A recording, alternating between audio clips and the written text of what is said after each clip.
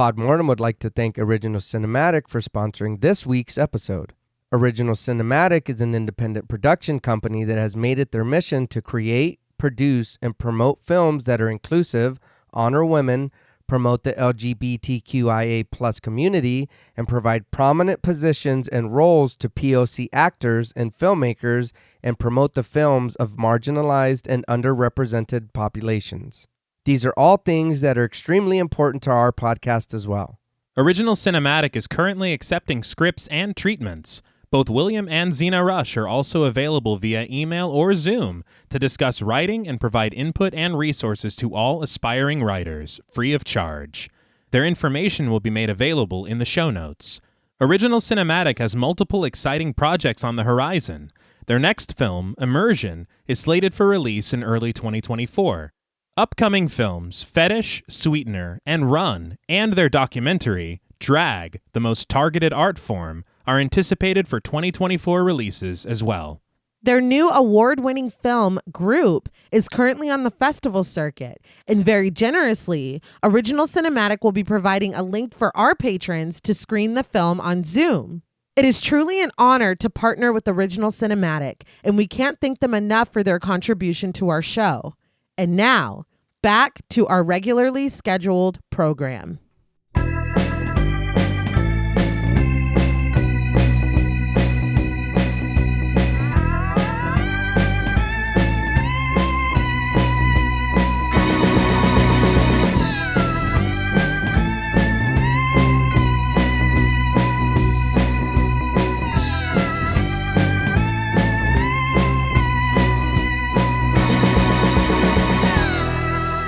Salutations! Welcome to Podmortem.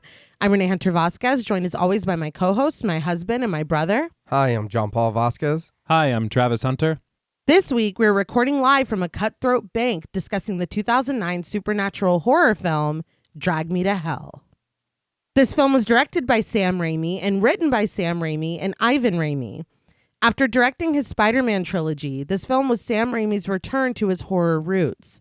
With the story concocted years earlier, Raimi achieved his vision with a dedicated cast and crew. With its gross-out gags, dark comedy, and supernatural scares, Drag Me to Hell is a love letter to the B-horror genre that is loved and appreciated by many fans. This film was suggested to us by friends of the show, Itzy M., Blaine Hancock, Jasmine, Amanda Lopez, Scott Troutman-Wise, Probably My Jugs, and Megan M. We want to thank them all for their support as well as this suggestion. This film was also the winner of our February Patreon poll, so thank you to all of our patrons who participated and voted. If you want to help us pick an episode, join us over on Patreon at patreon.com/thepodmortem. So, what did you guys think of Drag Me to Hell the first time you saw it?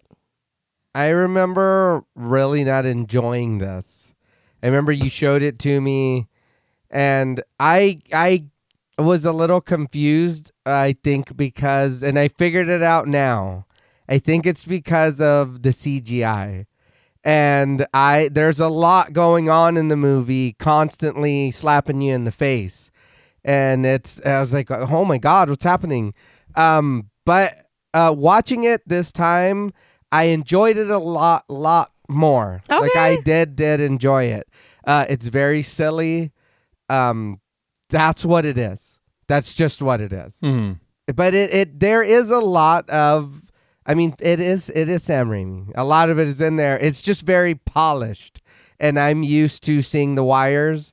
I'm used to seeing the seams. And it's like, oh no, I see the costume, but you love it. You know what I mean? It gives it that charm. Yeah. And I feel like this is everything is put together. There is no, you can't see behind the smoke and mirrors. It's just what it is, except for the one time. Yeah. And then I was like, come on. But I did enjoy it more. I did enjoy it more this time, watching it and paying attention and, kind of what it is. I will give it that. I remember seeing this actually in theaters. Mm-hmm. I think I might have seen it twice or maybe 3 times. Damn. Yeah. I did that a lot back then. But I really, really loved it. I remember just thinking it was so much fun and kind of, honestly, look, I don't know what was going on because it was also around the same time, like the year after I saw Insidious in theaters as well.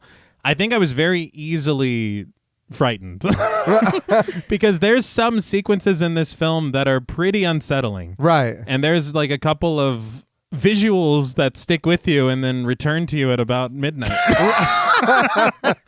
But all in all, majorly what it really is it's just a lot of fun. Mm-hmm. Like there's this mix that really just Sam Raimi is just Sam Raimi. Yeah. You get that comedy, you get that horror, you get that comedy horror, you get the horror comedy. Yeah. Like, it all is just like maintaining different balances and percentages as we move through the film. Right. But I really appreciate so much of what is done here. I will admit, and I agree, some of the CGI didn't age well. Yeah. Yeah.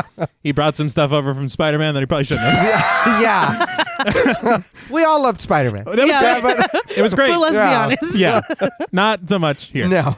But there is a lot of stuff that is clearly practical. Oh, yeah. And you're like kind of amazed that it was practical when other stuff in it is CG. Yeah. The things that they chose and the things that they didn't choose. Yeah, that too. That I think that it was the mixture of it that kind of I was like, I don't understand what's happening. Yeah, I was kind of torn on some of it. There is one sequence that is kind of, for me, not as effective because of the CG. Yeah. And it reminds me of something that he did like 20 years ago, practically, that looked better.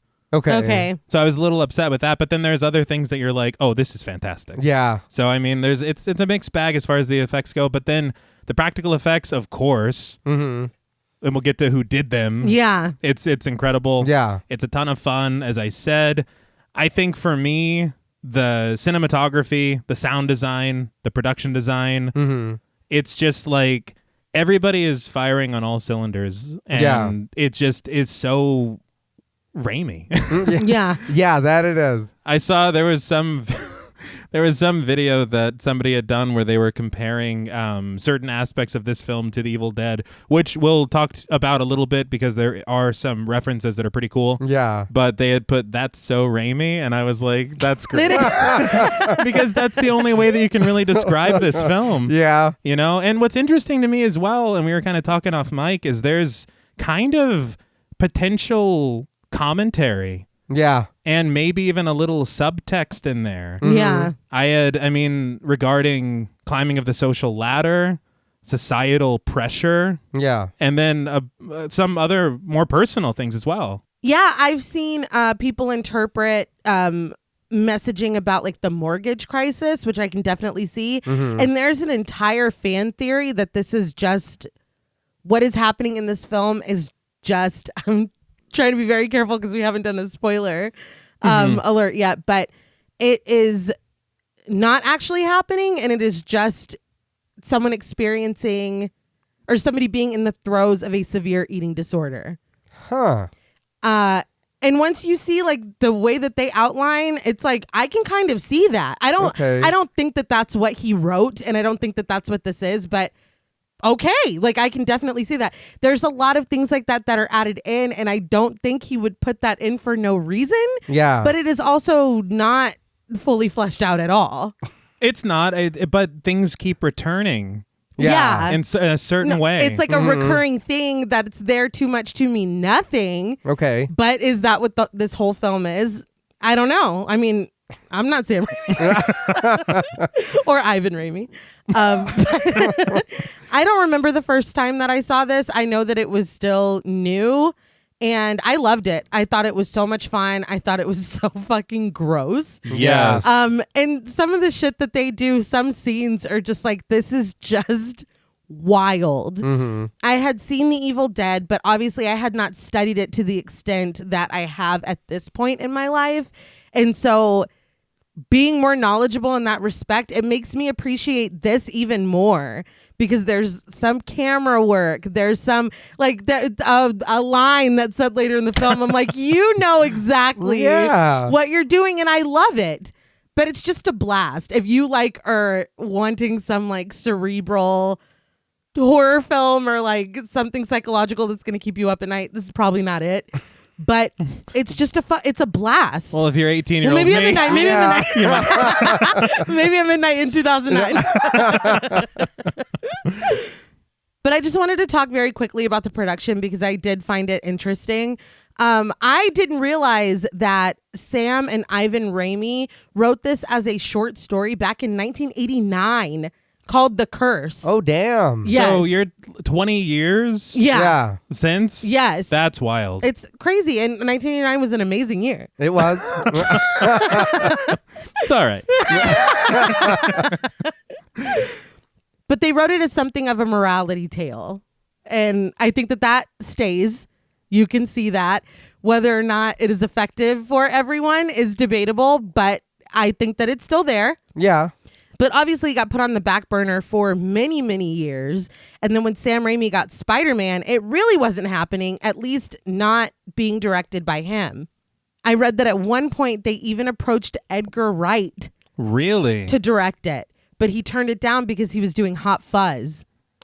Which I fucking love Yeah. Hot Fuzz. Yeah, Hot Fuzz is great. I read this thing that Edgar Wright said that I thought was very interesting too, because he said that even if he had done it, it would have felt like he was singing somebody else's song at karaoke.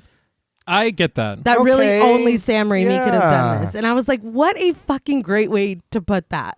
One thing that I had read in an interview with Sam Raimi, I think it was cinema.com, he had mentioned that if it were someone else that was going to direct it, there were going to have to be cuts made in order to Yeah. kind of shift it to more of their sensibility.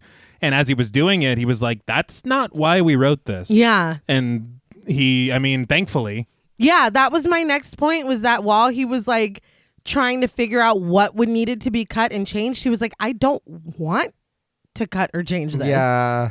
So it was just a matter of like, he was going to do it, but when? So after Spider-Man 3, Spider-Man 4 was being written. Obviously, that did not get made. It's sad because he's in interviews, and I watched an interview with him, and the interviewer was like, so who are the villains going to be in 4? And he's like, did this like very long-winded thing about the screenwriters probably want to keep that close to their chest, and it's going to be a surprise to the audience who's even in it, and da-da-da-da-da. But he goes on for like 3 minutes, and then he's like, that was a really long way to say I'm not allowed to tell you. It's honestly really sad because even in the interview I read, he seemed excited for That's it. very sad. Those are good ass movies. man. Yeah. They're great. well, 3. Yeah. Hey, We can talk about hey. that. And I will say, Calm down. if I'm not, I mean, I don't think I'm telling tales out of school because it's in interviews. Everybody knows it.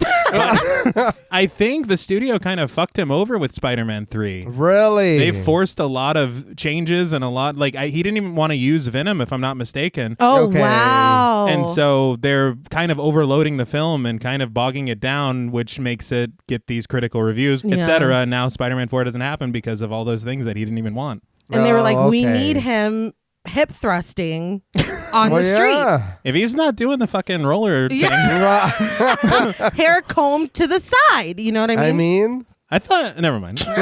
We're covering Drag Me to Hell. But in that limbo between Spider-Man 3 and the Spider-Man 4 that never came to be, he decided that it was time. He got Rob Tappert to Man. sign on, which, I mean, I can't imagine how cool that would be. He produced the Evil Dead films. Yeah. So, I mean, all these years later, I just love that Sam Raimi is one of those people that, like, he has his people. Yeah. And we talk about that a lot. I Yes. love Yeah. that. There is only one missing link, Well, We'll talk. and we'll talk about that. Yes. But with him at the helm, the film had a $30 million budget. And Sam Raimi, it's so interesting hearing him talk about it, because he talked about how refreshing making this was after spending so many years doing the Spider-Man films. He said that there were no department heads to answer to. Like, basically, he could get as wild as he wanted to. Yeah. And he did. yeah. But he said that it brought him back to kind of his roots of doing it yourself with a tight team, instead of kind of overseeing and telling other people what to do. Like, just the Okay. ability to be more hands-on. And he changed a lot, like, from the screenplay to, like, the day of being like, why don't we do this? You know what I mean? Like, he seems like a madman, but, like, in the best way. Yeah. I saw an interview with Allison Lohman and Justin Long, and Justin Long was saying that some of the stuff that he would like spring on them, or like ideas that he would have, he was like, if it was anybody else, you would think about walking off set. He's like, but Sam Raimi is so kind and so nice that you're like, all right, like let's try it. So that's how he got Bruce to Yeah. disagree Oh, yeah. too. He's like, Absolutely. Okay. It's Sam Raimi. Right. Yeah, Throw the he's- car at me again. He just asked so nice.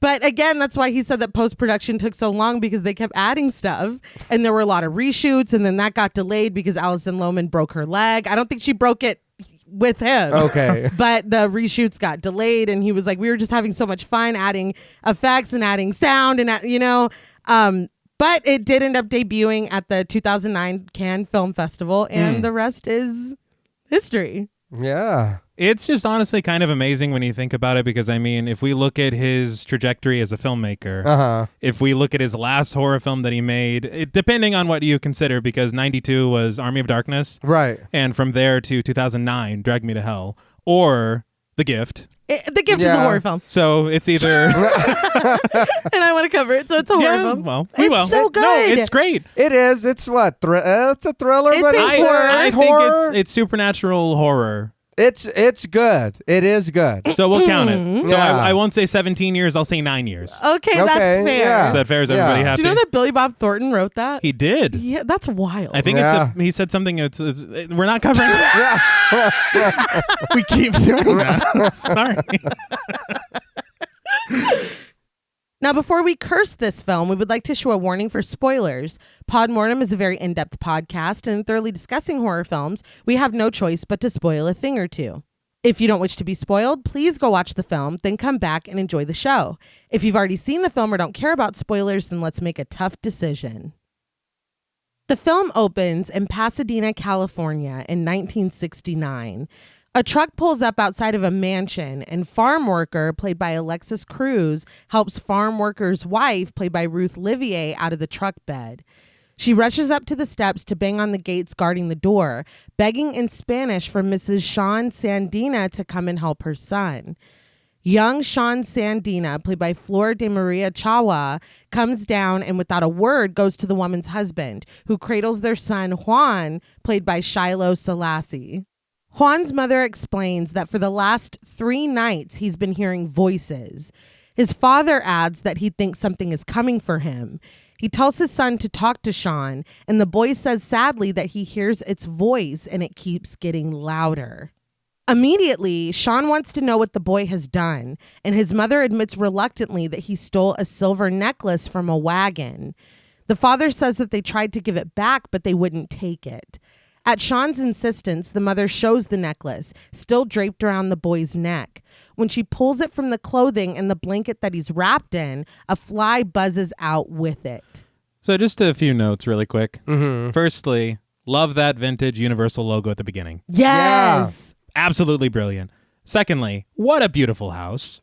Oh, yeah. Yeah. Just breathtaking. I wonder what will happen inside this place. Nothing but good things. No, I'm sure. not at all. But the third thing is seeing the fly, you're like, oh shit. Mm-hmm. But the other thing is like the level of offense that equals this consequence. Yeah. That is frightening. He's a Yeah. little boy. He's a little boy who, well, he's a thief. He's a dirty, filthy thief. He shouldn't be doing that. He shouldn't, but he's a child. Yeah, and he gave it back. He tried to give it back. He tried. They're like, that's yours No, now. yeah. Suffer the. Yeah. But at the sight of the necklace, Sean's eyes grow wide, and she tells the family to come inside. Once inside, Juan shakes with fright as he stares up at the skylight. Distorted moaning accompanies his visions of shadowy, misshapen fingers flexing and reaching against the bright glass. This is incredible. Yeah. Yeah, this looks real cool. And just seeing it, I'm like, we're in for some Sam Raimi fun. Oh, yeah. Sean tries to pray over the boy, but the prayer is immediately cut short when doors burst open behind her and a strong wind knocks her to the ground. The boy screams as his mother is backhanded by something unseen and she falls as well. His father is punched repeatedly by the invisible menace until he is also knocked down. Juan tries to flee from the room, but he's confronted with the force while backed up against a half wall overlooking the ground floor. Sean rushes to him just in time to see Juan knocked over the wall. He falls below hard, and his parents scream and run to him in panic. He starts to get up, and I was like, Yeah. What's this kid made out of? I was like, fuck, No, dude. I was surprised too. I was like, damn, he fell high. Yeah. But then he started moving. I was like, holy shit. He's like, I'm fine. I guess. Yeah. I genuinely thought that was the end of the curse. Yeah. Yeah. And then I shortly after Yeah. that No. I remembered the title of the film. But again, somehow the boy starts to raise himself up, and Sean watches from the second floor, warning him to be careful. But the floor beneath Juan begins to crack, letting in a bright, horrible light. Flames dance in the new air as the floor splits open. Juan tries to scramble, but it's an act of futility. Sean watches in horror as the floor sinks in and a shadowy hand reaches out and grabs the boy.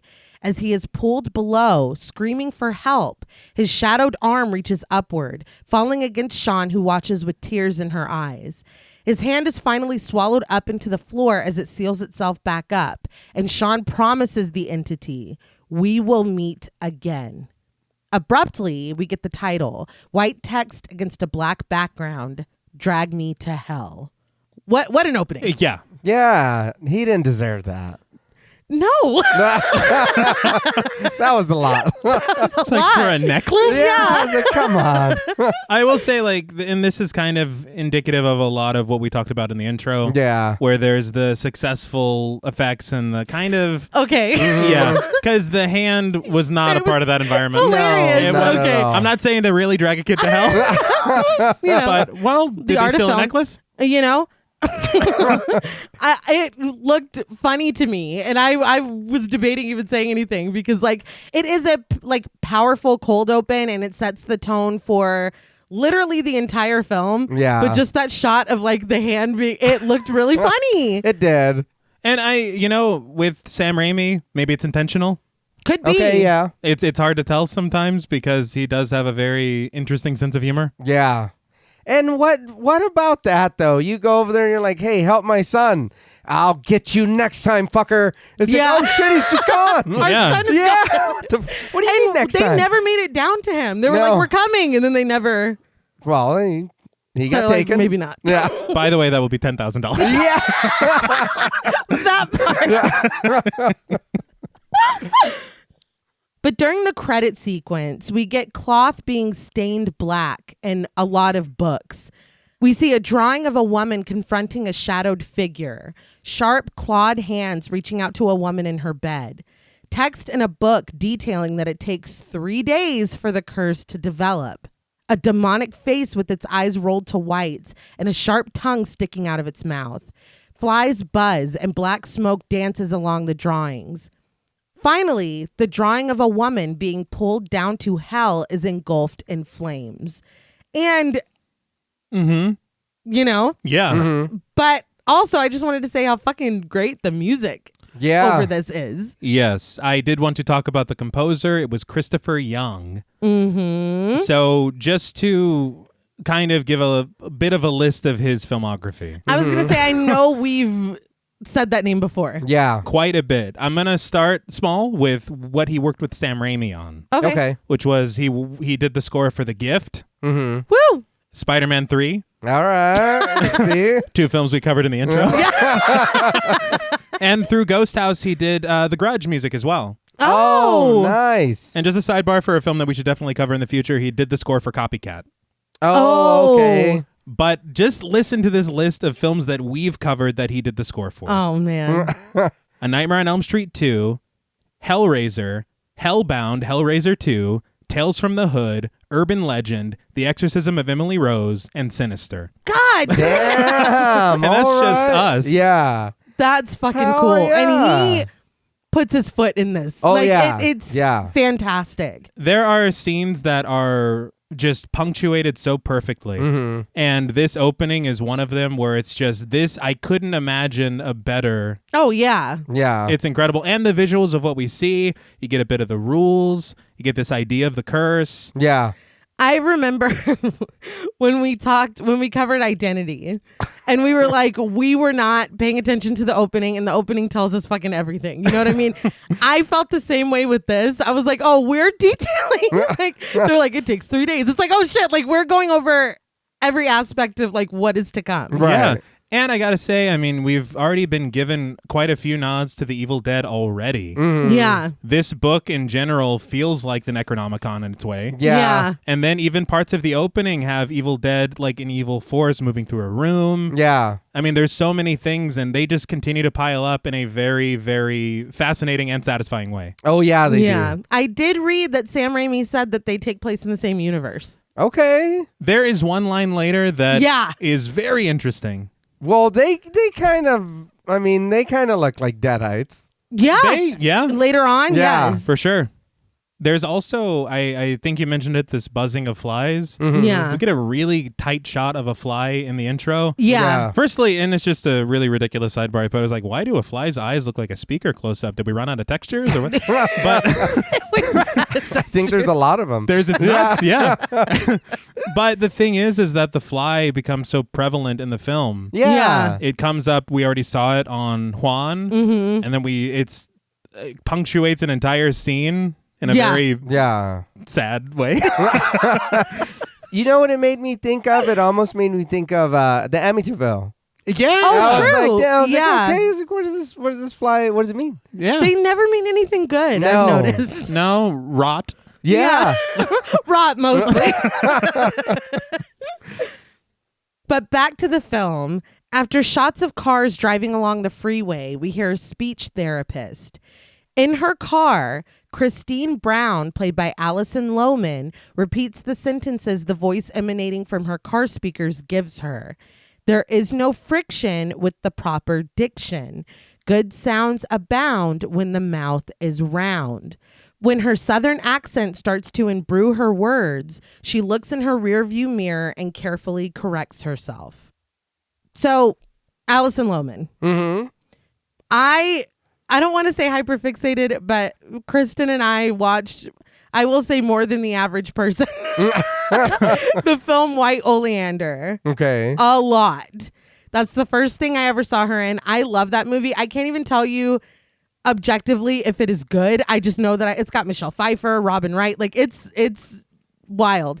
But, and Big Fish. Yeah, she's young Sandra Bloom. Yes. Yeah, because when you meet the love of your life, time stops. I've seen. Yeah. It makes I've me felt. cry. Big Fish is fucking fantastic. It's It is a 10 great out of movie. 10. But I know that she has since quit acting from what I understand. Really? But yeah, I never saw her in a lot, so I was kind of surprised to see her as the lead here. But I read that the role of Christine Brown was originally supposed to be Elliot Page. Oh, wow. Yeah, and I feel like that would have been a completely different, you know. But he dropped out due to scheduling conflicts. I don't know if it was Whip It. I can't remember what it was. But Sam Raimi directly called Alison Lohman, and he basically warned her that if she said yes, she was going to get the Bruce Campbell treatment. What do you even say to that? I'm going to become a horror icon. Yeah, right. Sign me up. Sign me up, Sam. But it was interesting. Obviously, she said yes, Yeah. and she was game, and she did almost all of her own stunts, which was really interesting. He was like, she let me rig her up on wires and put her in a harness and throw her around. There were, I think he said 3 that she was like, I can do it, and he was like, you're not doing that. Like, he would not let her do that. Yeah. Well, there is one sequence later that is kind of surprising they didn't use a stunt double. Really? Yeah. But I did want to say, I feel like this scene at the beginning really sets up a lot of her character. Yes. Yeah. Because you feel like she has to prove herself, and it kind of sets this thing into motion where the only way to get ahead is by being something she's not. Yeah. I never realized how much of this film really stresses like conformity. Yeah. And like doing things just because you feel like you're supposed to. And it kind of hit different watching it this time, like kind of trying to analyze it because like you said, this is a lot of her character. Mm-hmm. But I didn't even realize that. But you saying that, I was your sister. I was talking with your sister the other day, and she was kind of bringing it up. But you saying that does it now. It's kind of like, okay. You know what I mean? If both of you are seeing it. I mean, obviously it's there, but we don't really. It's not like, hey, there's a lesson here. Yeah. Shit is just going on. And it's funny you said, because the original short story was written as a morality tale. Mm-hmm. There is some of that here. Yeah. And there is, very interestingly, and I can't share it now, but it's something that comes up later, the way that Sam Raimi described the character was... but in all fairness, I get it. We'll get to it. I'm like, what? It's you wouldn't like to be called this. Oh, okay. But you understand it more and more as the film goes on. Okay. Because I think, and there is a character later that kind of gives you, I mean, this sentence in a way where you realize that when you're put in the situation that she's put into, you kind of show who you really are. Okay. There's some moments that are a little questionable. I will say that. I also Sam Raimi said that originally Christine Brown's name was Stephanie Brown, and Alison Lohman renamed her Christine. Huh. And Sam Raimi was like, all right, yeah. Like, he liked it better. But I thought it was interesting too. She had never seen an Evil Dead film when he called her. Really? And so she started watching them, and she said that 2 was her favorite, and she watched it over and over and over again before they started filming. And she said that obviously, she was like, I know that I'm not Bruce Campbell. I can never be Bruce Campbell. She was like, but in Drag Me to Hell, Christine Brown is Drag Me to Hell's Ash Williams. Yeah. She was like, so I just wanted to kind of like make them proud in that regard. So she like watched it a lot. Well, it's a great movie. It is. Yeah. But after parking her car in a garage and pulling herself away from the windows of a sweets shop, we join Christine at her desk at the Wilshire Pacific Bank. She assures the mortgage customers on the other side of her desk, played by Ricardo Molina and Fernanda Romero, that she thinks that they can make this work. After promising to call them this afternoon, she shakes hands with her happy clients and they leave. Alone now, she looks longingly at the empty desk across the room. The nameplate on the wall next to it reads simply, Assistant Manager. When her boss, Mr. Jax, played by David Paymer, walks by on his way to his office, she hurries over to him. She gently asks if he's made a decision about the assistant manager position yet, and he tells her that he hasn't. He's still deciding, and right now it's between her and Stu. She asks if he's talking about the new guy, Stu Rubin. He is, and we see Stu, played by Reggie Lee, ignoring the clients at his desk as he stares unabashedly at the conversation Christine and Mr. Jax are having. I just want to say, this dude, he plays the hell out of this role because I fucking hate him. Yeah. He infuriates me. Yeah. I just feel like it's kind of wild that the boss is telling her it's between you and him. Yeah. That's dangerous. What? That's true. No, it is. What's funny to me is especially later when he's like, this person's ahead. Like, Yeah. He's like Yeah, got a what the scoreboard in his office. He's like, well, she's got 5 tallies now. So I will say this is another person you see all the time. Mm-hmm. David Paymer. I went to go look because I was like, I know I've seen this dude all the time. He's in the Jamie Lee Curtis and John Travolta dancing movie. oh my God, we were just talking about that. He's in Howard the Duck. He was in City Slickers. He was in Searching for Bobby Fischer. Like, he's worked and he's always in stuff, even if it's bit parts. But I was like, I know that dude's face. he's a very familiar face. Yeah. Yes. It's interesting because Bruce Campbell is noticeably absent from, Yeah. He was offered a role and turned it down because of scheduling conflicts with Burn Notice. But calm down, T. Look, I loved Burn Notice. I know. I am upset that that's why. Yeah. And it is a mark against Burn Notice. So Drag Me to Hell's pulling ahead 1 point. But reading online, a lot of people think, and this has never been confirmed or denied or anything, but a lot of people think that the role was Mr. Jax. Really? That would be very different. Oh, than yeah. what we get. I would love it a lot, But I also remember at the time the film came out, there were rumors that it was another character too. Ah. But if it were the character that I will discuss later, Okay. Yeah. that scene would be so distracting. It would not. Okay. It would not. I can't wait. Yeah. But we'll talk. But Mr. Jax concedes that Stu is new, but he's also aggressive, and they like that. He goes on that Stu isn't afraid to crunch numbers and make tough decisions. But Christine insists that she's not afraid to make tough decisions. Mr. Jax tells her simply that he'll let her know his decision as soon as he's made one.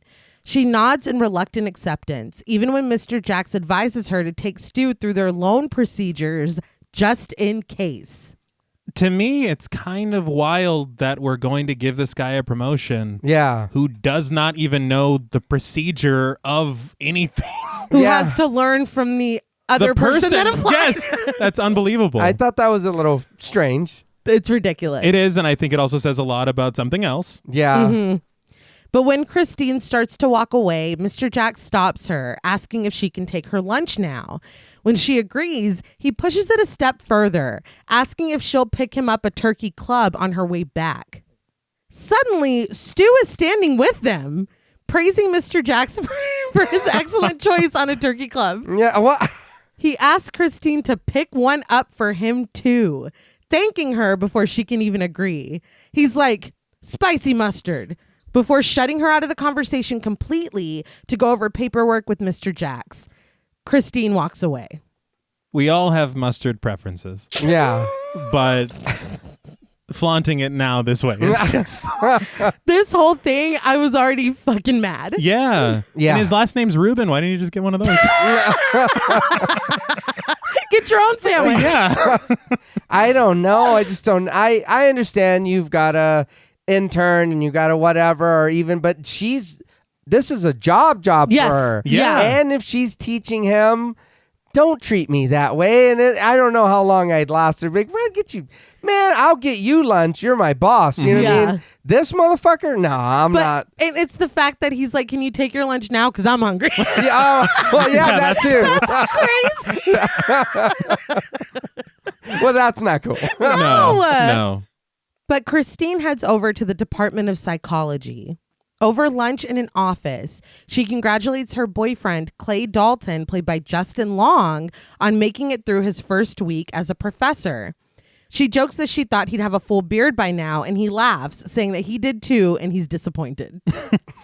I will say his presence in this film, he gives a lot. Yeah. Yeah. And he's kind of unsung in this role, I think. Yeah.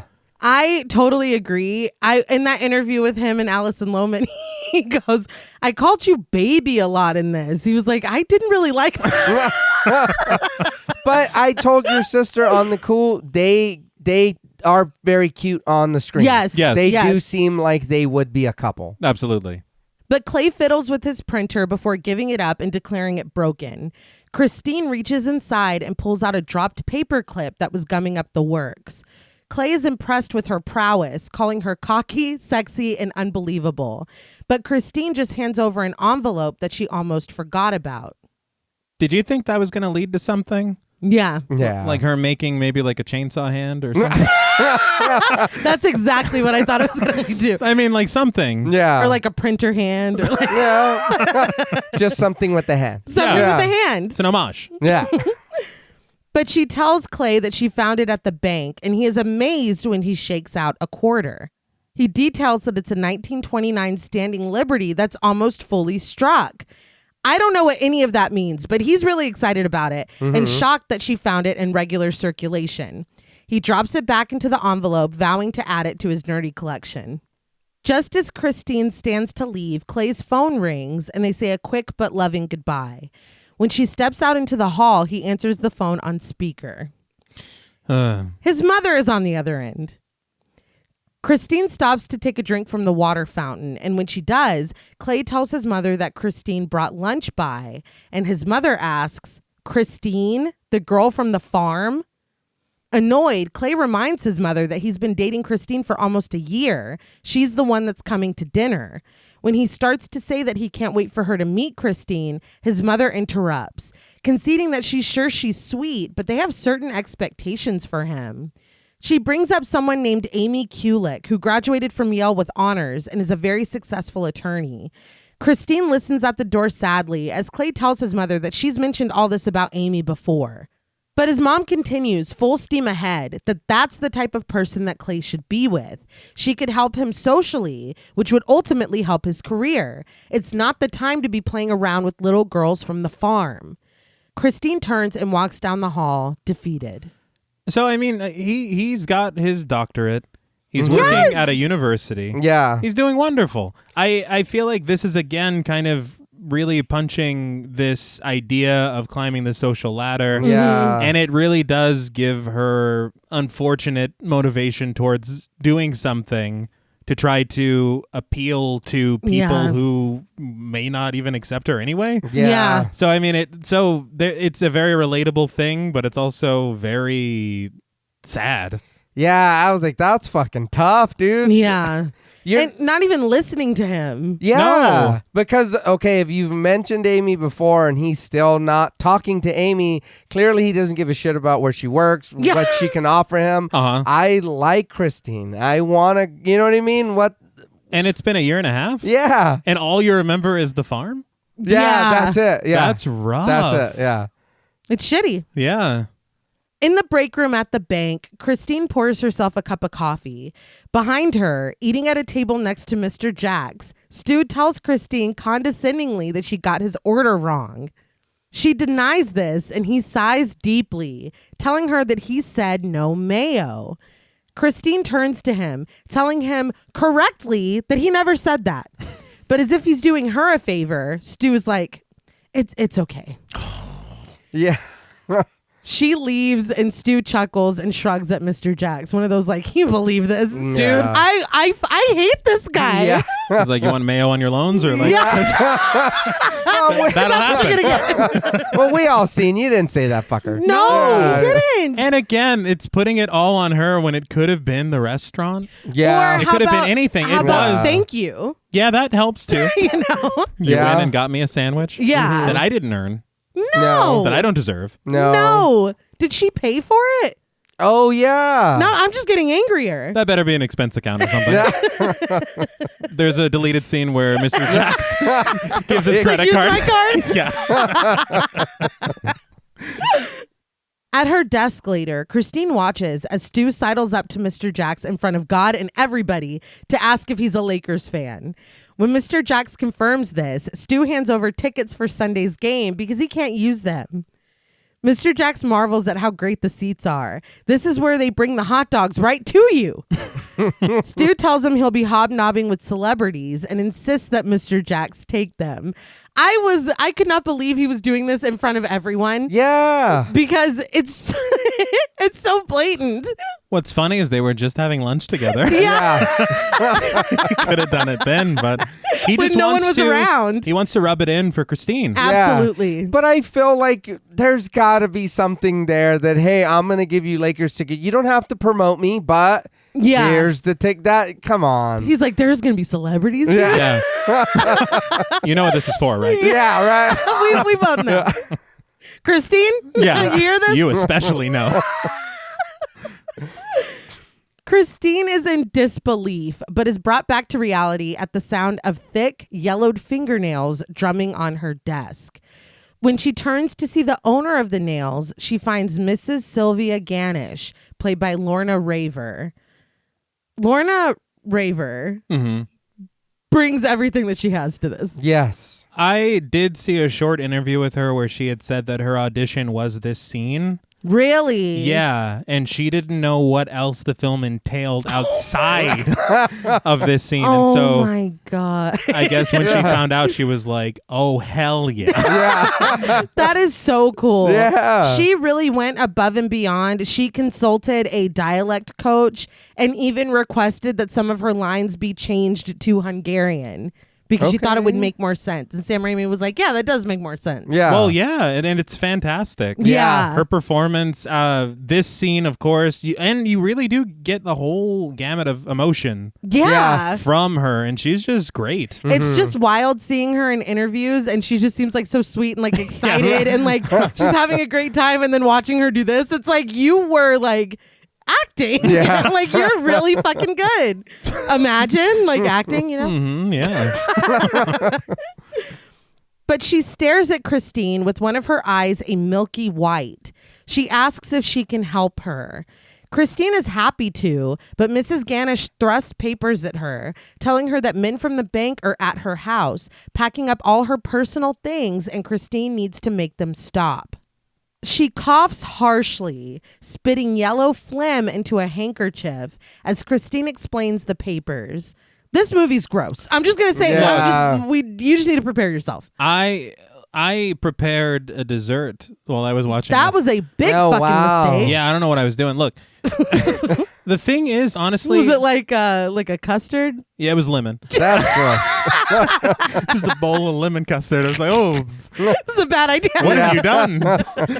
I don't know how to put this delicately. I can't handle stuff like this. Yeah. In person, on film. Oh. If I'm Christine, I'm fighting right now. I'd be gagging my ass off. Yeah. Here. Yeah. Like, she has a No, she's a trooper. constitution of a saint. All right, Stu can help you. Yes. Yeah. You know Yes, what? dude. I know just the guy. Yeah. Oh my God. Dude. What No. she would have. Oh man, if only. If fucking only. But she explains to her that the papers were the bank informing her that they were repossessing her property today. But Mrs. Ganesh explains that the property has been her home for 30 years. She made every payment until the sickness took her eye. She'll be able to pay. She just needs more time. Christine tells her regretfully that she doesn't think her manager is going to allow that. But fiddling with the dirty handkerchief, Mrs. Ganesh asks her, please, could she just try? Christine considers this for a moment before agreeing. Mrs. Ganesh is grateful, telling Christine, bless you, as she gets up to go to Mr. Jax's office. As soon as she leaves, Mrs. Ganesh takes candy from Christine's desk. In Mr. Jax's office, Christine explains that Mrs. Ganesh is elderly and on a fixed income. She's even had medical problems. There has to be something they can do to help her. As Mr. Jax looks over the paperwork, Christine glances back at her desk where Mrs. Ganesh takes out her spit, slimy dentures and rests them on her handkerchief before popping the candy into her mouth. Mr. Jax says that they've already given her 2 extensions. At this point, they seize the trapped equity and the bank makes quite a lot of money in the fees. Christine explains that this would mean throwing Mrs. Ganesh out of her home. Mr. Jax concedes that it's a tough decision, but he tells Christine that it's her call.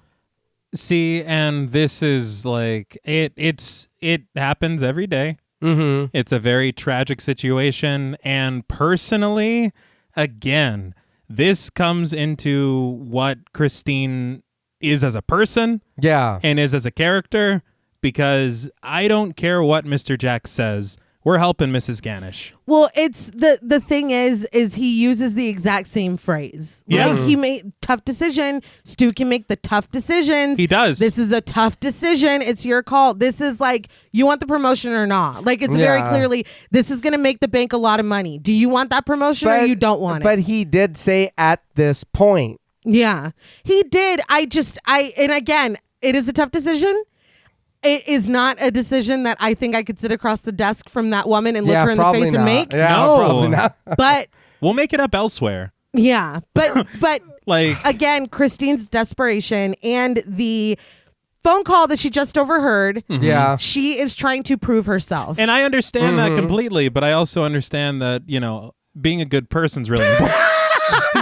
And maybe not being so selfish would be nice. It's rough. It's hard. It's It's rough. hard. It is Yeah. exactly what a lot of employers look for in an employee. Well, he literally said Stu is aggressive, and we like that. Yes. Like he literally said They that. tell Yeah. you to be ruthless. You're supposed to think about the business, your customers, whatever. Yeah, they're not there to help people. They're there to make money. Exactly. Yeah. It's very it's an indictment on this kind of culture and society. Yeah, that's what I'm saying. I don't think I could do this. I don't think I could do that kind of job. Not at all. It would make me sick to go back to that and be like, I'm sorry, lady, like, too bad. Like, you can be as compassionate and as like gentle as you can, but you, at the end of the day, I would feel so guilty.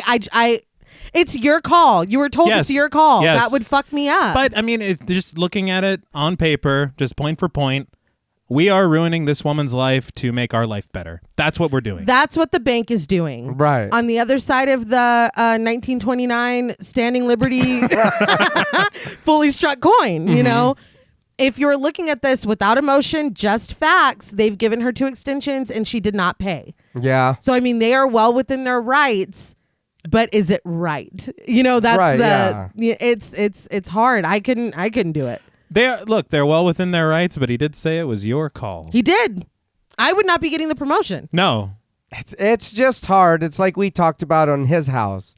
When people are trying to help other people get established, you see really good people go back for the silliest shit or for literally the smallest violation, and then it kind of makes you know what I mean? You just kind of get numb to it.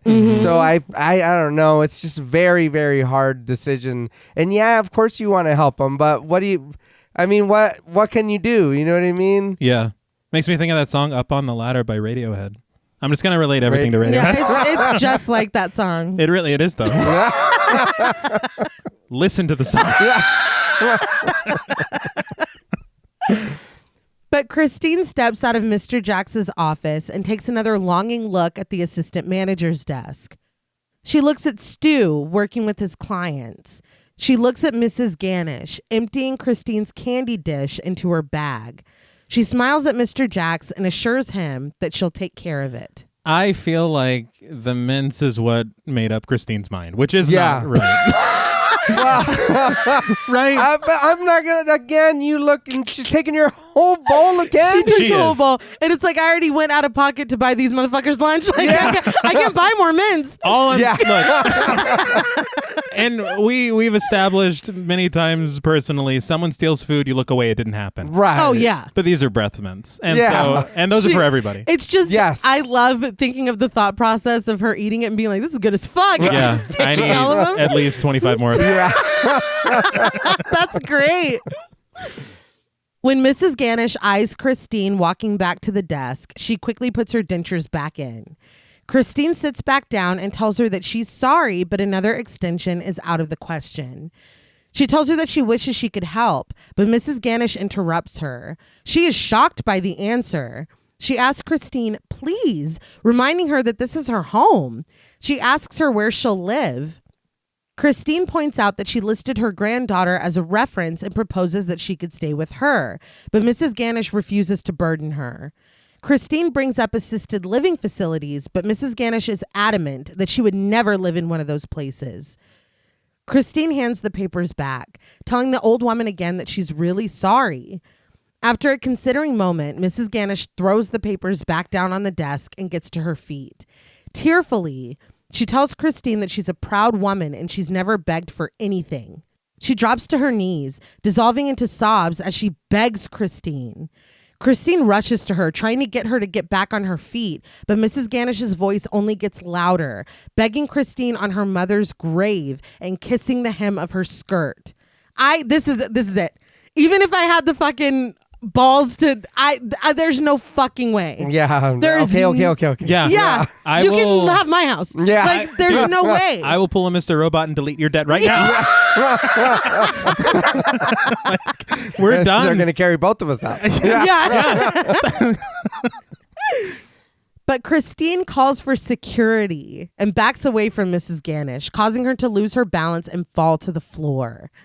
The security guards, played by Bill E. Rogers and Tony A. Angelo, rush over, and Mrs. Ganesh rises to her knees again, realizing that everyone in the bank is staring at her. She looks at Christine accusingly, informing her that she has shamed her. She pulls herself to her feet and says it again. She begged Christine, and Christine shamed her.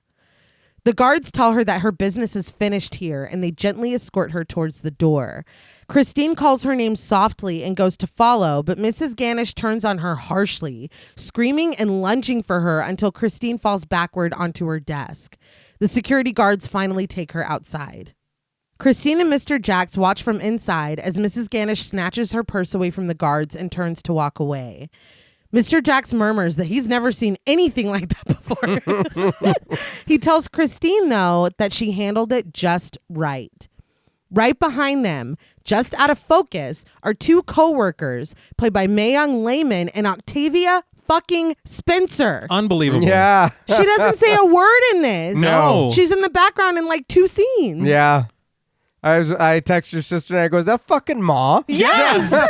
Don't make her drink alone. Yeah.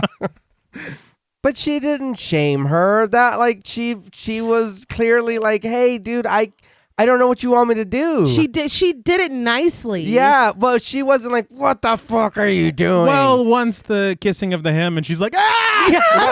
So I think, you did. I think she did shame her a I little don't bit. know Well, and about then that. I didn't tell you to do that. Look, Why are you doing that? It was really insult to injury that she like fell on the floor. Yeah. Like, She it just, pushed like, herself on the floor. She overreacted. It couldn't have gone worse. And I'm sure it couldn't that's a have looked human worse. suit. You're half monster already. I don't know. Is this about the phlegm? Yes. Well, I mean, she's. What is that, she- oil? yeah. What is that? I don't know. I don't know why she's a robot now. but- Oil? yeah, I don't know.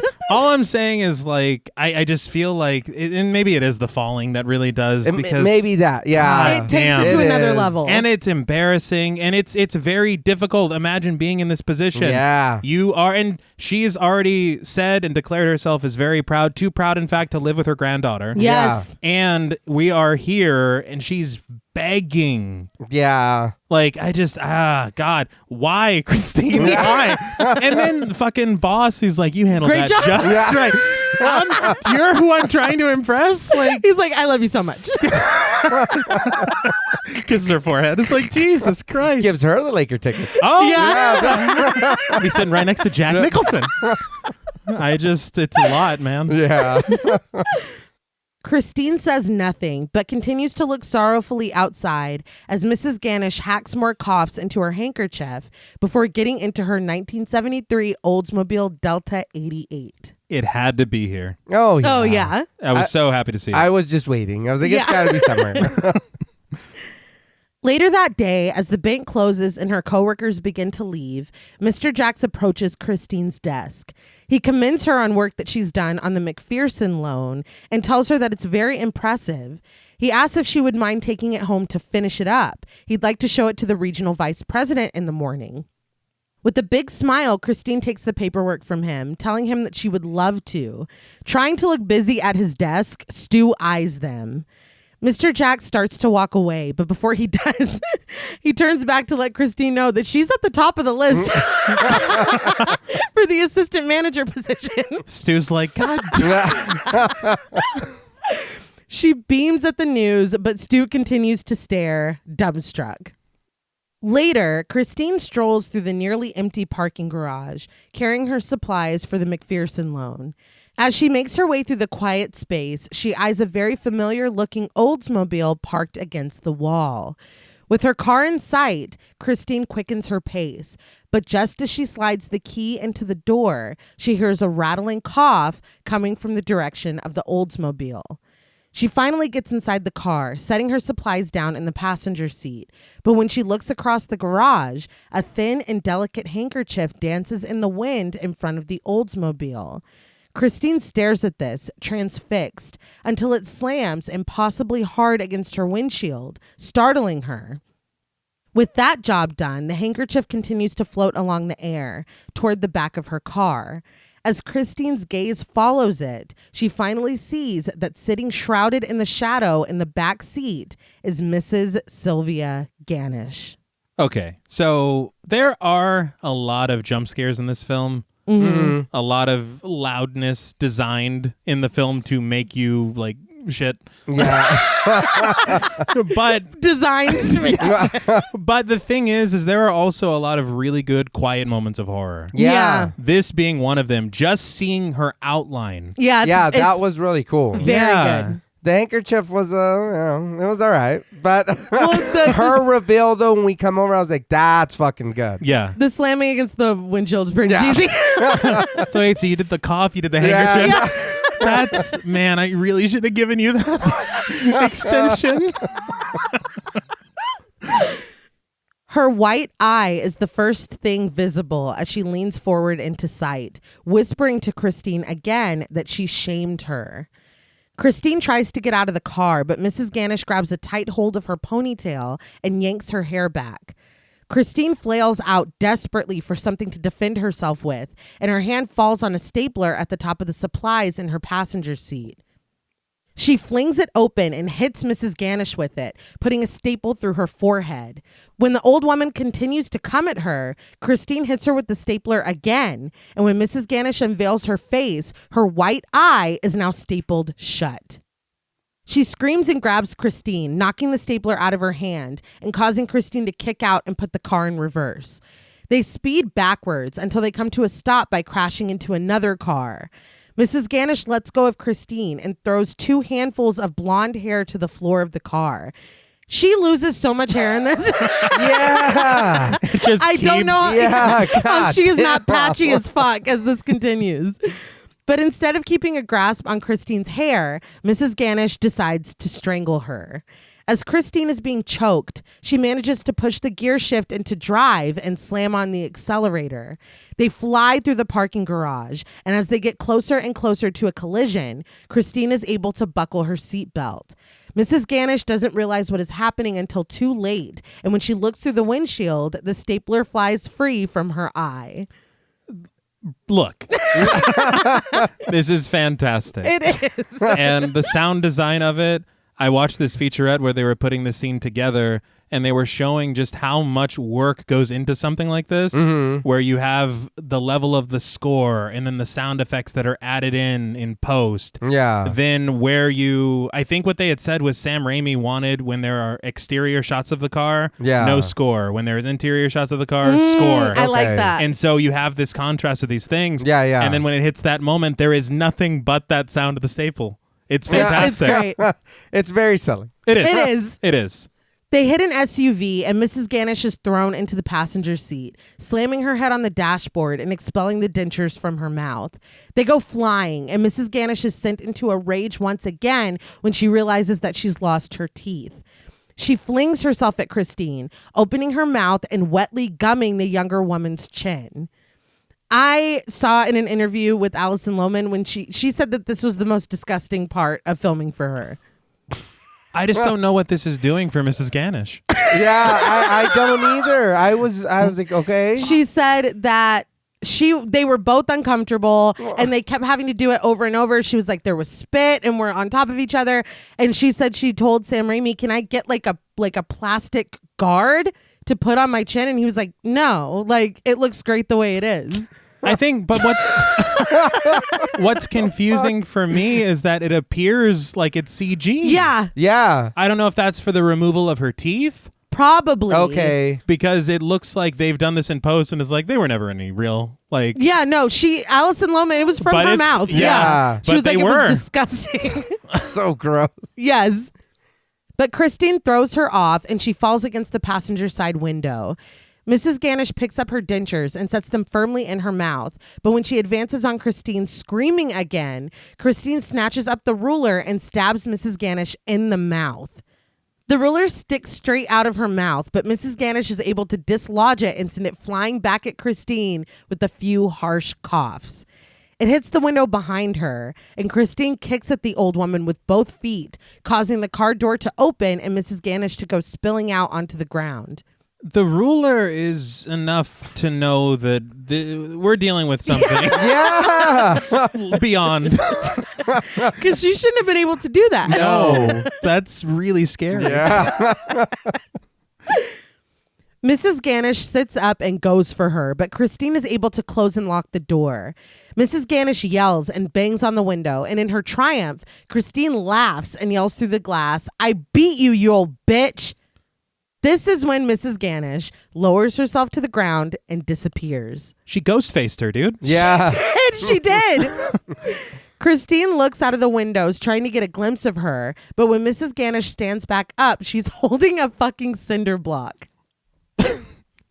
Both of your heads dropped. Where did she get that? We weren't expecting that. No, not at all. She throws it, breaking the window. And I laughed because she doesn't even reach inside and locks it and unlocks it. She just opens the door. Christine tries to hold on, but Mrs. Ganesh pulls her out of the car. She stands above Christine, and just when all seems to be lost, Christine shields her face. Instead of hurting her, though, Mrs. Ganesh rips a button from the wrist of Christine's coat. She smiles as she holds on to it and says a small chant before breathing on it hotly and holding it up to the light. She whispers the word, Lamia. Christine stares up at this and is suddenly having trouble keeping her eyes open. Blurry now, Mrs. Ganesh descends on her and tells her, soon it will be you who comes begging to me. She gently places the button in Christine's open palm and folds her hand closed. Christine seems to doze, and when she opens her eyes, waving away a fly that's landed on her eyelid, Mrs. Ganesh is gone.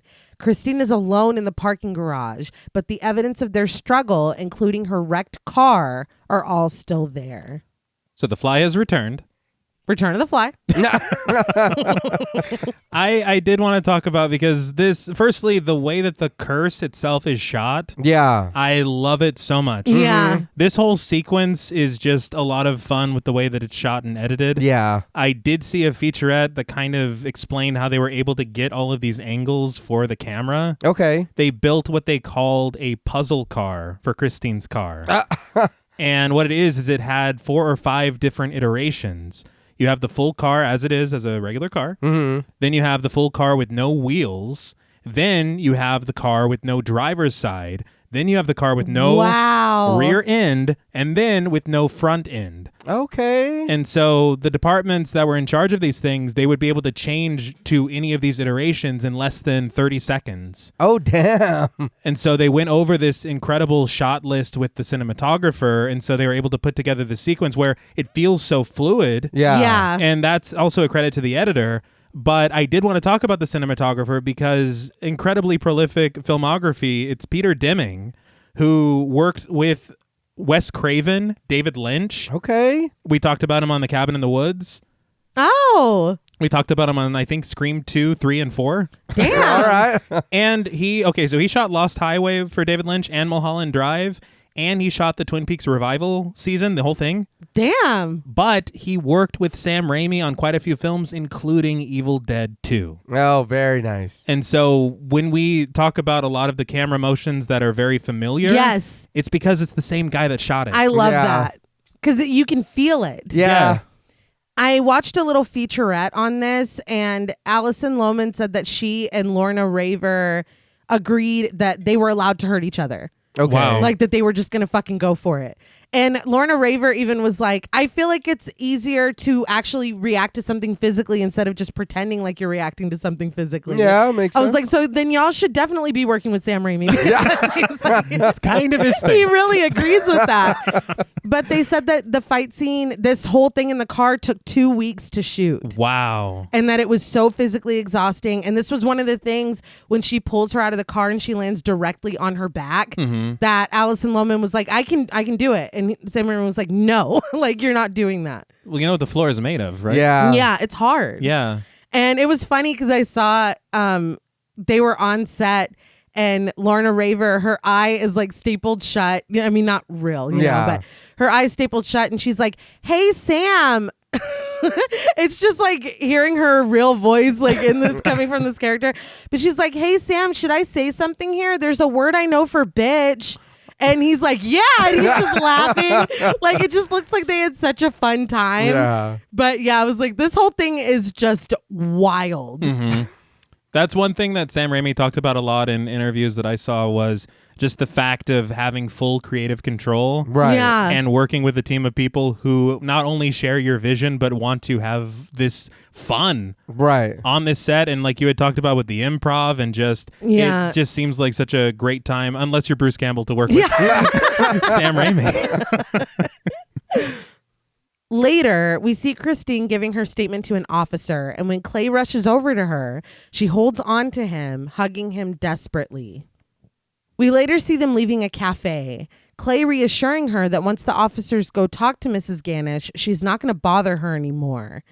He tells her that he's even going to call Mr. Jacks and have him make sure that security will walk Christine to her car. As they walk, Clay wraps his arm around her and kisses her head, expressing his gratitude that she's okay. He asks her, "You are okay, right?" She says that she is, but when there is clearly something nagging at her, she admits to Clay that maybe she could have gotten Mrs. Ganesh another extension on her loan. Clay tells her not to do that. Mrs. Ganesh had already been given 2 extensions. When you don't pay your mortgage, you lose your house. That's just how it goes. Did you think that from this little bit of dialogue, I thought she told him everything, right? It's like kind of like dipping your toe in the water. Like me, like I don't know, maybe I could have fought a little harder. Yeah. It wasn't like it was my decision. Yeah. He made it very clear. I chose the promotion. Behind them, though, we follow a flurry of leaves gliding toward them in a sudden wind. Clay is continuing to tell Christine that it's not her fault, but Christine has turned to stare at the leaves. They lead her to a neon sign buzzing in a window, announcing spiritual advisor and psychic with an evil eye between the words. I don't know if it's just you would be reading into everything, you know? Mm-hmm. Because to me, I'd be like, honey, did you just see the scariest fucking wind I've ever seen in my life? The scariest wind. But she doesn't say anything, and it's more just kind of like a sign pointing you in this direction. Yeah. And even so, Clay is like, okay. Yeah, whatever. The whistling and whooshing of the wind around her dissipates, and Clay asks what's wrong. Christine is surprised that he didn't experience what just happened and tells him that she knows it's going to sound weird, but she wants to get her fortune read. Clay laughs and offers to read her fortune himself. He feigns that he's getting a vision of them getting into the car, going home, and relaxing. But Christine isn't laughing. She wants to do this. Clay asks if this is because of what happened with Mrs. Ganesh, and before she can answer, he says that he thinks they should get her home. Christine looks up at him, though, and asks if he'll just do this for her. Just do it, man. She's already had a bad day. Yeah. You know what I mean? Just do it. If will it help her feel better? Yeah. Then let's go. Yeah. Like, Yeah. God damn, dude. And then he's the whole way. Yeah. We immediately cut to them entering the shop. As he peruses the postcards by the door, Clay laments that he hopes none of his students see him here. If they do, he'll only be able to teach hypocrisy 101. All right. He joins Christine in looking at the strange items behind the glass of the counter. And when he starts to joke about the monkey head at its center, Christine shushes him. Just on time, out steps Ram Joss, played by Dilip Rao. He introduces himself as a seer.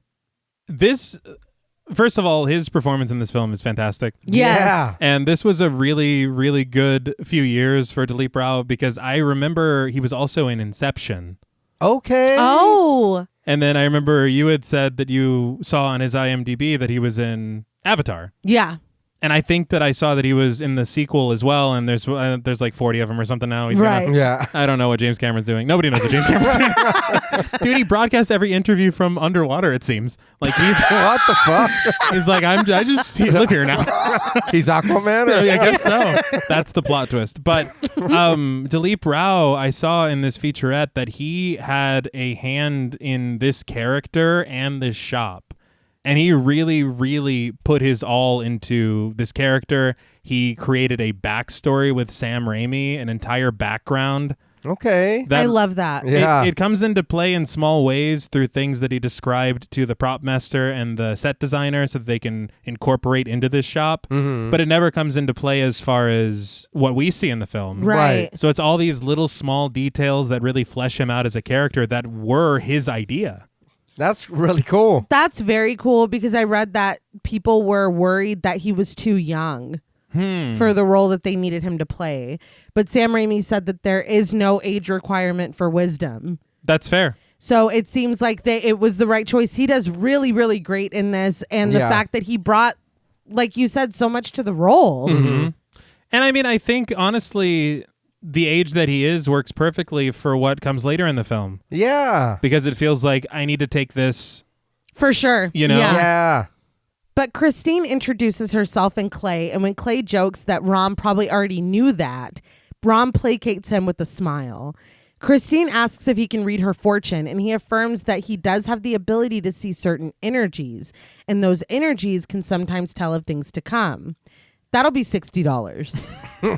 Clay is taken aback by this, declaring $60 to be a little steep for what he's offering, but Rom calmly concedes that if they're not serious, they can go. Clay tries to take him up on this, but Christine isn't trying to hear it. She says that she'll pay, but Clay won't let her. He hands his credit card to Rom, who accepts it happily and leads them into the back room.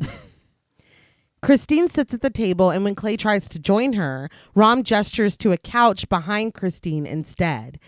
Clay does as he's told, as Rom invites Christine to see what the fates have in store for her destiny.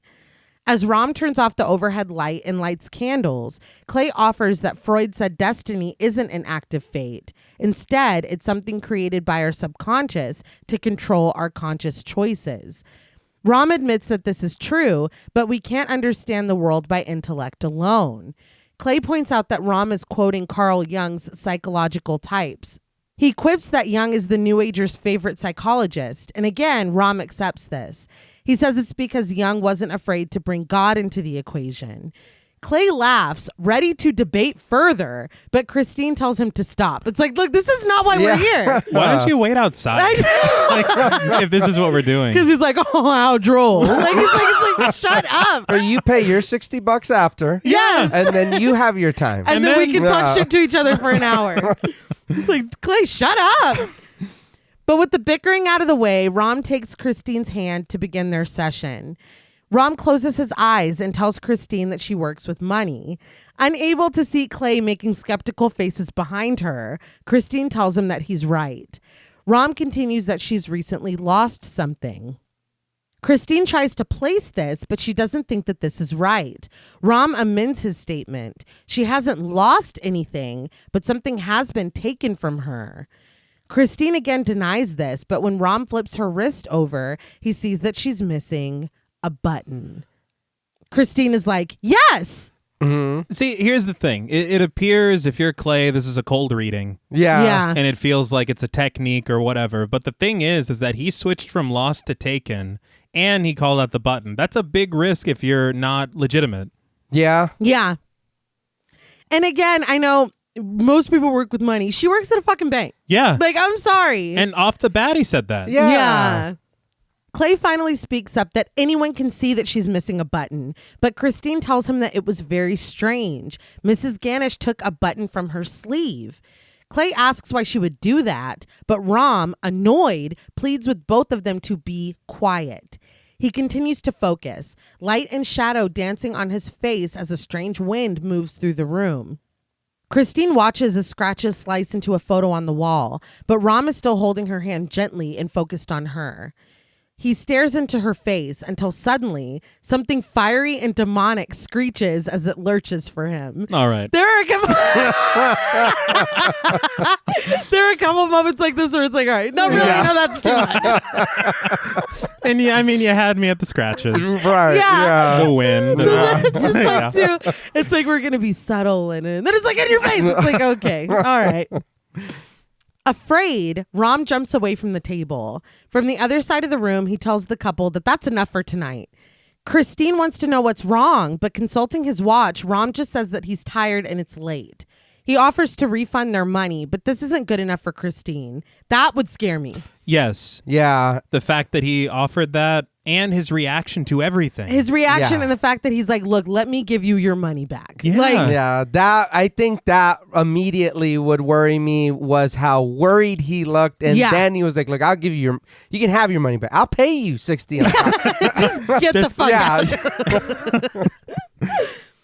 When Rom tries to walk past them to leave the room, Christine grabs his arm.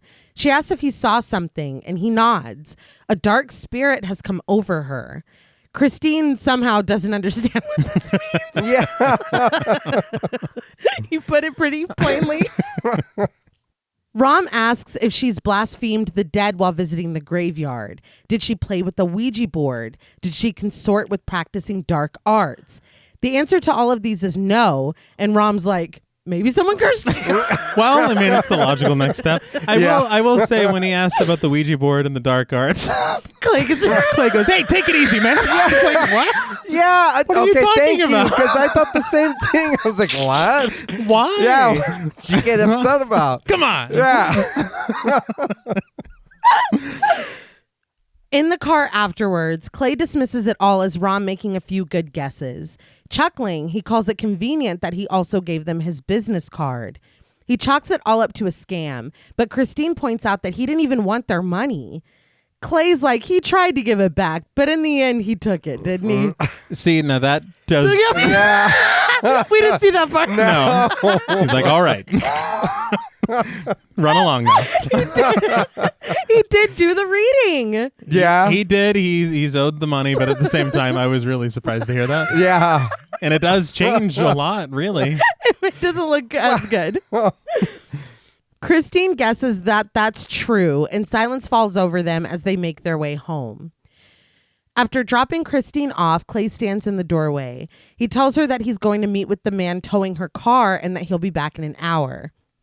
He tells their kitten that Christine cradles in her arms to take care of her before kissing his girlfriend and leaving.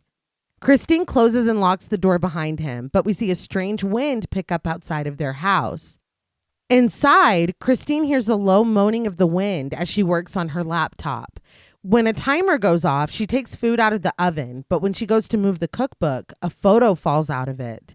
It's a young Christine standing next to a pig in front of a sign that reads Pork Queen Fair. She's holding ribbons. She wants something. Yeah. That's some pig. Some pig. Christine looks at the photo of herself in disgust before crumpling it in her hands. So this whole sequence really ties into what we were talking about before Yeah. in the intro as far as possible subtext in the film. Yeah. Right. I did also want to say him dropping her off, watching the car go around the neighborhood, they've set us up to be unsettled by everything. Yeah. Yeah. Because when I see a fucking screeching demon can hop out of anything, Literally. I'm like, oh, is this like that viral video we saw as children? Like, oh no. This isn't a car commercial. No. And I also have to add that that cat, Yes. Oh, yeah. So cute. new favorite character just dropped. Yes. We'll learn. Let's just get past it. Yes, please. There's a thudding at the door, and both Christine and the kitten look very concerned. As she slowly makes her way to the door, loud creaking is heard on the wood overhead. It echoes loudly through the house, and Christine looks around, quiet and visibly terrified. She finally approaches the window, and we zoom in on her many times to see that the creaking is just a gate outside moving in the wind. That shot was hilarious. Like, it went like 3 times too many. It's a lot of fun. It is. But was hilarious But to you know me. what it makes me think of is Evil Dead 2 when everything's creaking really Yes. loud Oh, yeah, around yeah. the cabin. He's like, that was weird. And the sound design in this section Yeah. is wonderful. Mm-hmm. And I also, again, towards what we were saying earlier, it's very interesting how all this shit started to intensify once she crumpled that photo. Yeah. Oh, shit. So I don't, Huh. Interesting. The relief is short-lived, though, when the wind kicks up leaves toward Christine's face. She lets out a small scream and the lights go out. The wind breaks through the window of the back door in the kitchen. When Christine enters the kitchen, all of the pots hanging overhead clang together violently and loudly. They stop abruptly, and Christine rushes to grab a flashlight. She stops when she sees a strangely shaped shadow moving along the wall. When its outline finally comes together, it is a horned figure, and it lunges toward Christine. There's a slapping sound when Christine is knocked over onto the floor. She gets back up, disoriented, confused, and bleeding from her lip. But the lights come back on, and when she looks around, she's alone. Later, Clay gives her a bag of frozen peas for her lip. He is incensed that Mrs. Ganesh came to the house. He picks up the phone to call the police, but Christine says that it wasn't her. Clay asks who it was then, and when Christine says that she doesn't know, he insists that it had to be Mrs. Ganish.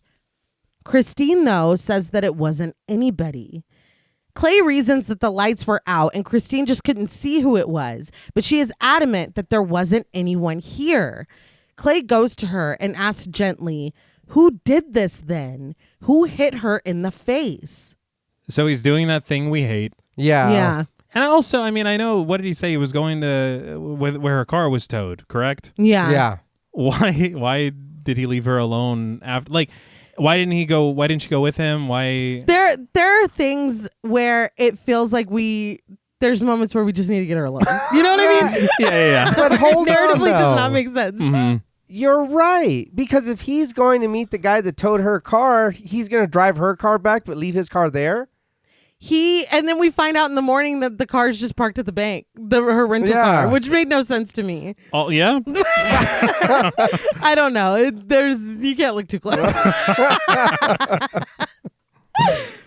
But later, Christine lays in bed as Clay stands in the hallway talking to an unseen doctor played by Ted Raimi. The second you heard his voice, you're like, that's Ted Raimi. And you don't see him. No, not at all. The doctor chalks this up to post-traumatic stress from Christine being attacked earlier in the day. He points to her showing signs of panic and paranoia. The doctor leaves and Clay joins Christine on the bed. When he asks how she's doing, she tells him that she's feeling better after talking with the doctor. He told her that victims of violence, and Clay says it with her, re-experience their trauma.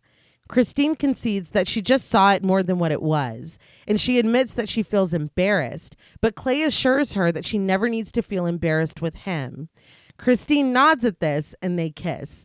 Okay, for me, and Clay, I will say for me at least, redeems himself a little bit later on. Mm-hmm. But I was annoyed at the whole, no, there was someone here, like you just didn't see them.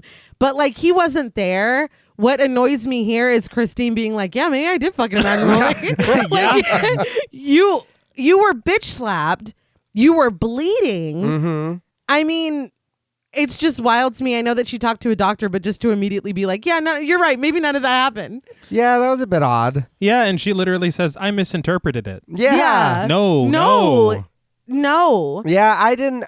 I was a little confused because I took it like that, but then I was like, is she just saying that to get him off her back? You know what I mean? It's just like, yeah, repeating it so that he'll... Right. Because clearly she's like, he's not... If I tell him that this shadow came and fucked me up, he's going to be mad. You know what I mean? Yeah. He's not going to believe me. It's like, so can't trust you. Yeah. It was all a dream Yeah. or whatever.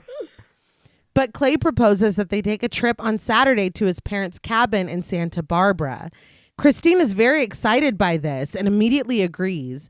Clay tells her that it's in nature and private and she's going to love it. This has to be, right? Yeah. Minus the Santa Barbara. Yeah. That's the cabin. Yes. Yeah. But he tells her that they can just talk and stuff. They start to kiss again. That night, as they sleep, the wind carries a fly in through the window that slowly and quietly creaks open.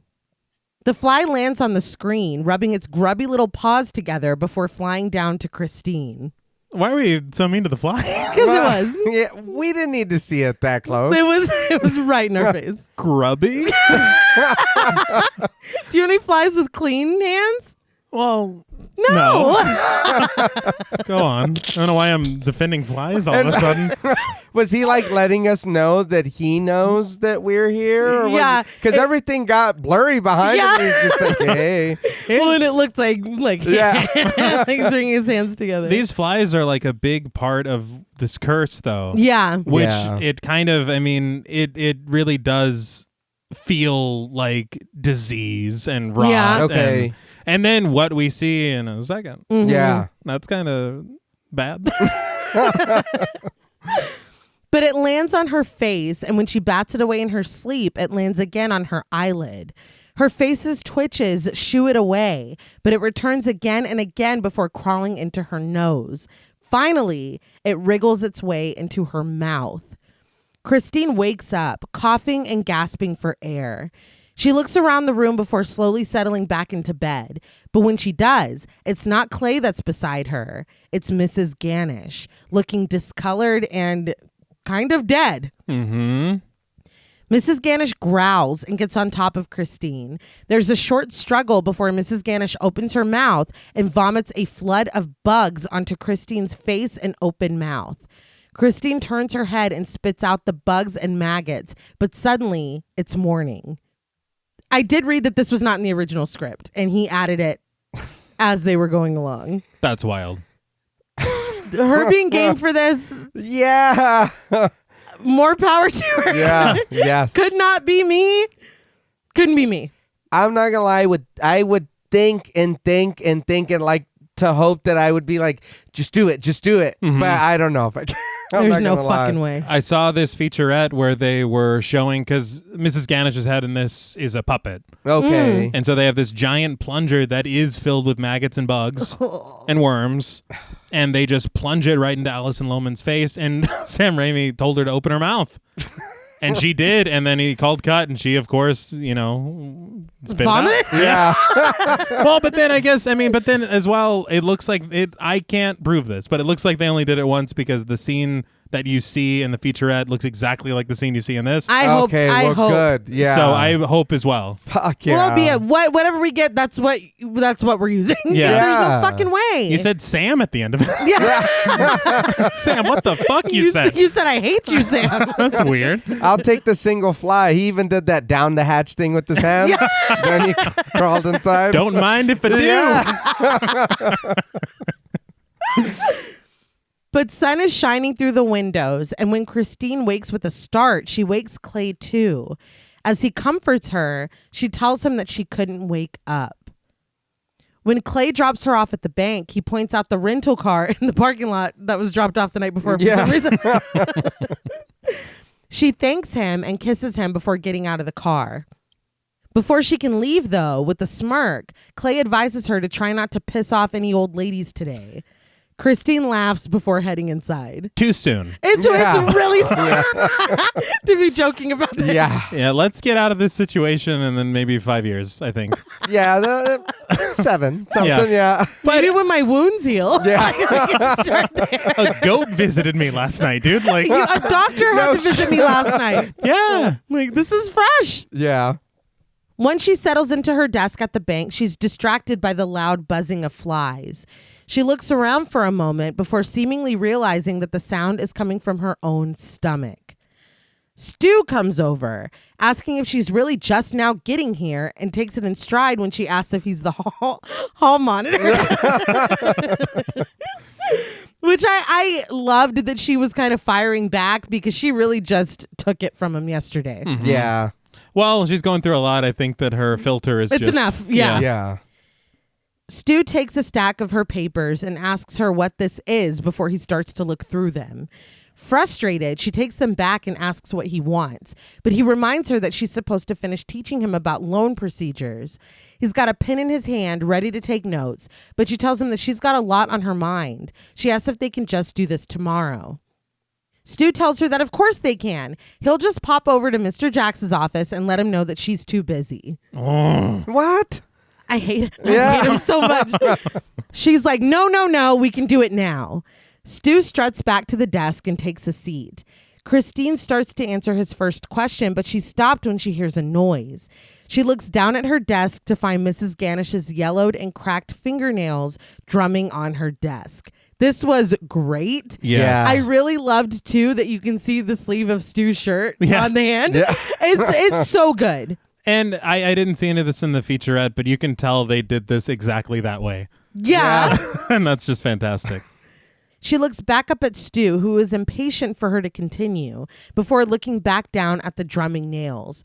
She struggles to find her words, and when Stu continues to ask her, and, she jumps to her feet and yells at him, and get your filthy pig knuckle off my desk. Pig knuckle. All right. breezing past that. I think, and it's very annoying just to see him. And she's teaching you, and you're like, yeah, I know. Yeah. oh my god. Even like when you need something from me, Yeah. He's trash. you know what she should have done is just teach him poorly, teach him wrong. She should. Oh, I don't know. Then he's gonna go tell and be like, "She taught me wrong." Yeah, Mr. Yeah. Jax. Christine's being rude to me. She said my hand was a pig knuckle. You're gonna fire her, right? Without another word, Stu grabs his notes and leaves. But everyone in the bank is looking now.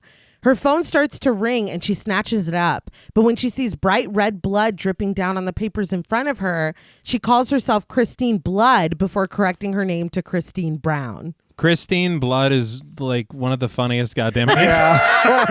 It's just the escalation of everything that's happening, and she's trying to get her mind right. And she's like, Christine Blood. It's chaos. So funny, dude. She looks up at Mr. Jax as he approaches her desk and indicates her bleeding nose. She asks the customer to hold before slamming the phone down. Mr. Jax offers to help her, but she assures him she's got it all under control. He stands in front of her, holding out a handkerchief, but she raises her head for some reason. And blood begins to shoot out of her nose all over Mr. Jax. He and the file folders in his hand are all sprayed with her blood. He goes, "What is it with you?" Well, that's a little annoying, I'd imagine. I'm just not doing it on purpose. I've never had a nosebleed in my life where I was just like, whoa, Yeah. and lifted my head. So yeah, what is it with you? Okay, That's a great fair question. He He turns to his secretary, played by Joanne Barron, asking repeatedly, "Did I get any of it in my mouth?" It's like, I don't know. I know, dude. That is hilarious to me every time I watch this, because it's like, why are you asking me? Did you get any of it in your mouth? And he asked it like 5 times, dude. His secretary whisks him away, leaving Christine to apologize profusely before fleeing from the bank, sobbing. We hear Mr. Jax's confused voice and his secretary's reassuring one, promising to clean him up, as Stu creeps over to Christine's bloody desk now that everyone is otherwise occupied. Sneakily, he snatches up the McPherson file. In this moment of pure fucking chaos, when somebody is having a meltdown, you're still calculated enough to be like, Yeah. rubbing your hands together like that fucking fly. But I wanted to talk about the nosebleed, because I read that in the script, this was just a regular ass nosebleed. Really? The blood drips on the paper. Yeah. And then it escalated. Sam Raimi was like, but what if? Well, I mean, for a scene like this, it's got to be bigger. Yeah. I did see a featurette with Greg Nicotero. Really? Yeah. The special effects were done by K&B. Oh, all right. Too many credits to list. Oh, yeah. We'd be here for another 4 hours, I believe. But he had talked about what they did to accomplish this. Okay. And it's very interesting because the way he made it sound, it sounds kind of dangerous, honestly. What he said was they wanted it to look like the blood was actually coming from her nostril. Yeah. And so what they did was they kind of created this reservoir that went into her nostril, but then there was a plug inside. And so when the blood shot up, it hit the inside of her nostril and spouted out. Oh. And so the thing is that it was 80 to 90 pounds of pressure the first time they did it. No. And he said it as like an offhanded comment. And he was like, so, if the thing moved aside, we're just shooting this blood at 80 pounds of pressure into her brain. And I was like, so you're telling me the only thing between that happening and it not happening is a small plug in her nostril? Yeah, it's a fucking rubber band holding it. And they're like, it'll be fine. It's like, wow, man. But the other thing that was very interesting, and it's just kind of indicative of the production working together, all these different parts. But the production designer, Steve Sacklid, who actually, he was the art director for The Quick and the Dead and Spider-Man 2 for Sam Raimi. Yeah, very nice. But he intentionally designed this bank set so that the painting would be so drab on the walls that the blood would stand out more. Oh, okay. And so it is a very red blood. Yes. And you wonder how much the small things like this really create this illusion to make it even redder. Yeah. But we catch up with Christine, consulting a paper in her hands as she walks down the street, dabbing the last of the blood from her nose before tossing the tissue into the garbage. Her shirt is still deeply stained, but she finally reaches the house that she's been looking for, pausing briefly when she notices Mrs. Ganish's Oldsmobile in the driveway. I noticed the license plate said 999 on it. Mm-hmm. And I mean, Yeah. It's kind of close to... another thing. Yeah. She knocks on the door, but turns when the wind kicks up. It rattles homemade wind chimes and makes the trees in the yard dance. When Christine turns back around, the door is slightly open. In the pitch black of the house inside, she can only see one eye looking out at her. That shot's incredible. Yes. Yeah. The woman inside asks what she wants, and Christine asks after Mrs. Ganish. When the woman asks who she is, Christine lies and identifies herself as a friend. The woman opens the door the rest of the way, revealing herself fully as Alenka Ganish, played by Bojana Navrakovic. She tells Christine that she already knows exactly who she is. Her grandmother told her that she would be coming. She's the woman from the bank that took her house. Christine corrects her that she didn't take Mrs. Ganish's house. The bank did. She just works there. She says that she even tried to help her get her house back, but her boss wouldn't allow it. I can't believe this shit. Yeah. She's trying. She's trying, man. I think this is now when I should probably tell you what Sam Raimi said. Oh, God. He said in that interview with cinema.com that, and he said straight up, he said, Christine is a morally bankrupt character. And he said that the thing is Ouch. that the actress playing her makes you sympathize with her through her performance. Yeah. And so it's these things working against each other, because the more we know of Christine and the more we see of her actions, she kind of sucks. Yeah. I watched this twice, and it really hit more the second time I was watching it, especially something that she does later. Yeah. And I'm like, I guess it's a credit, like he said to Alison Lohman, the fact that I'm still like, man, I hope she beats this after she does Yeah. a moment of really no return Yeah. in a little while. Yeah.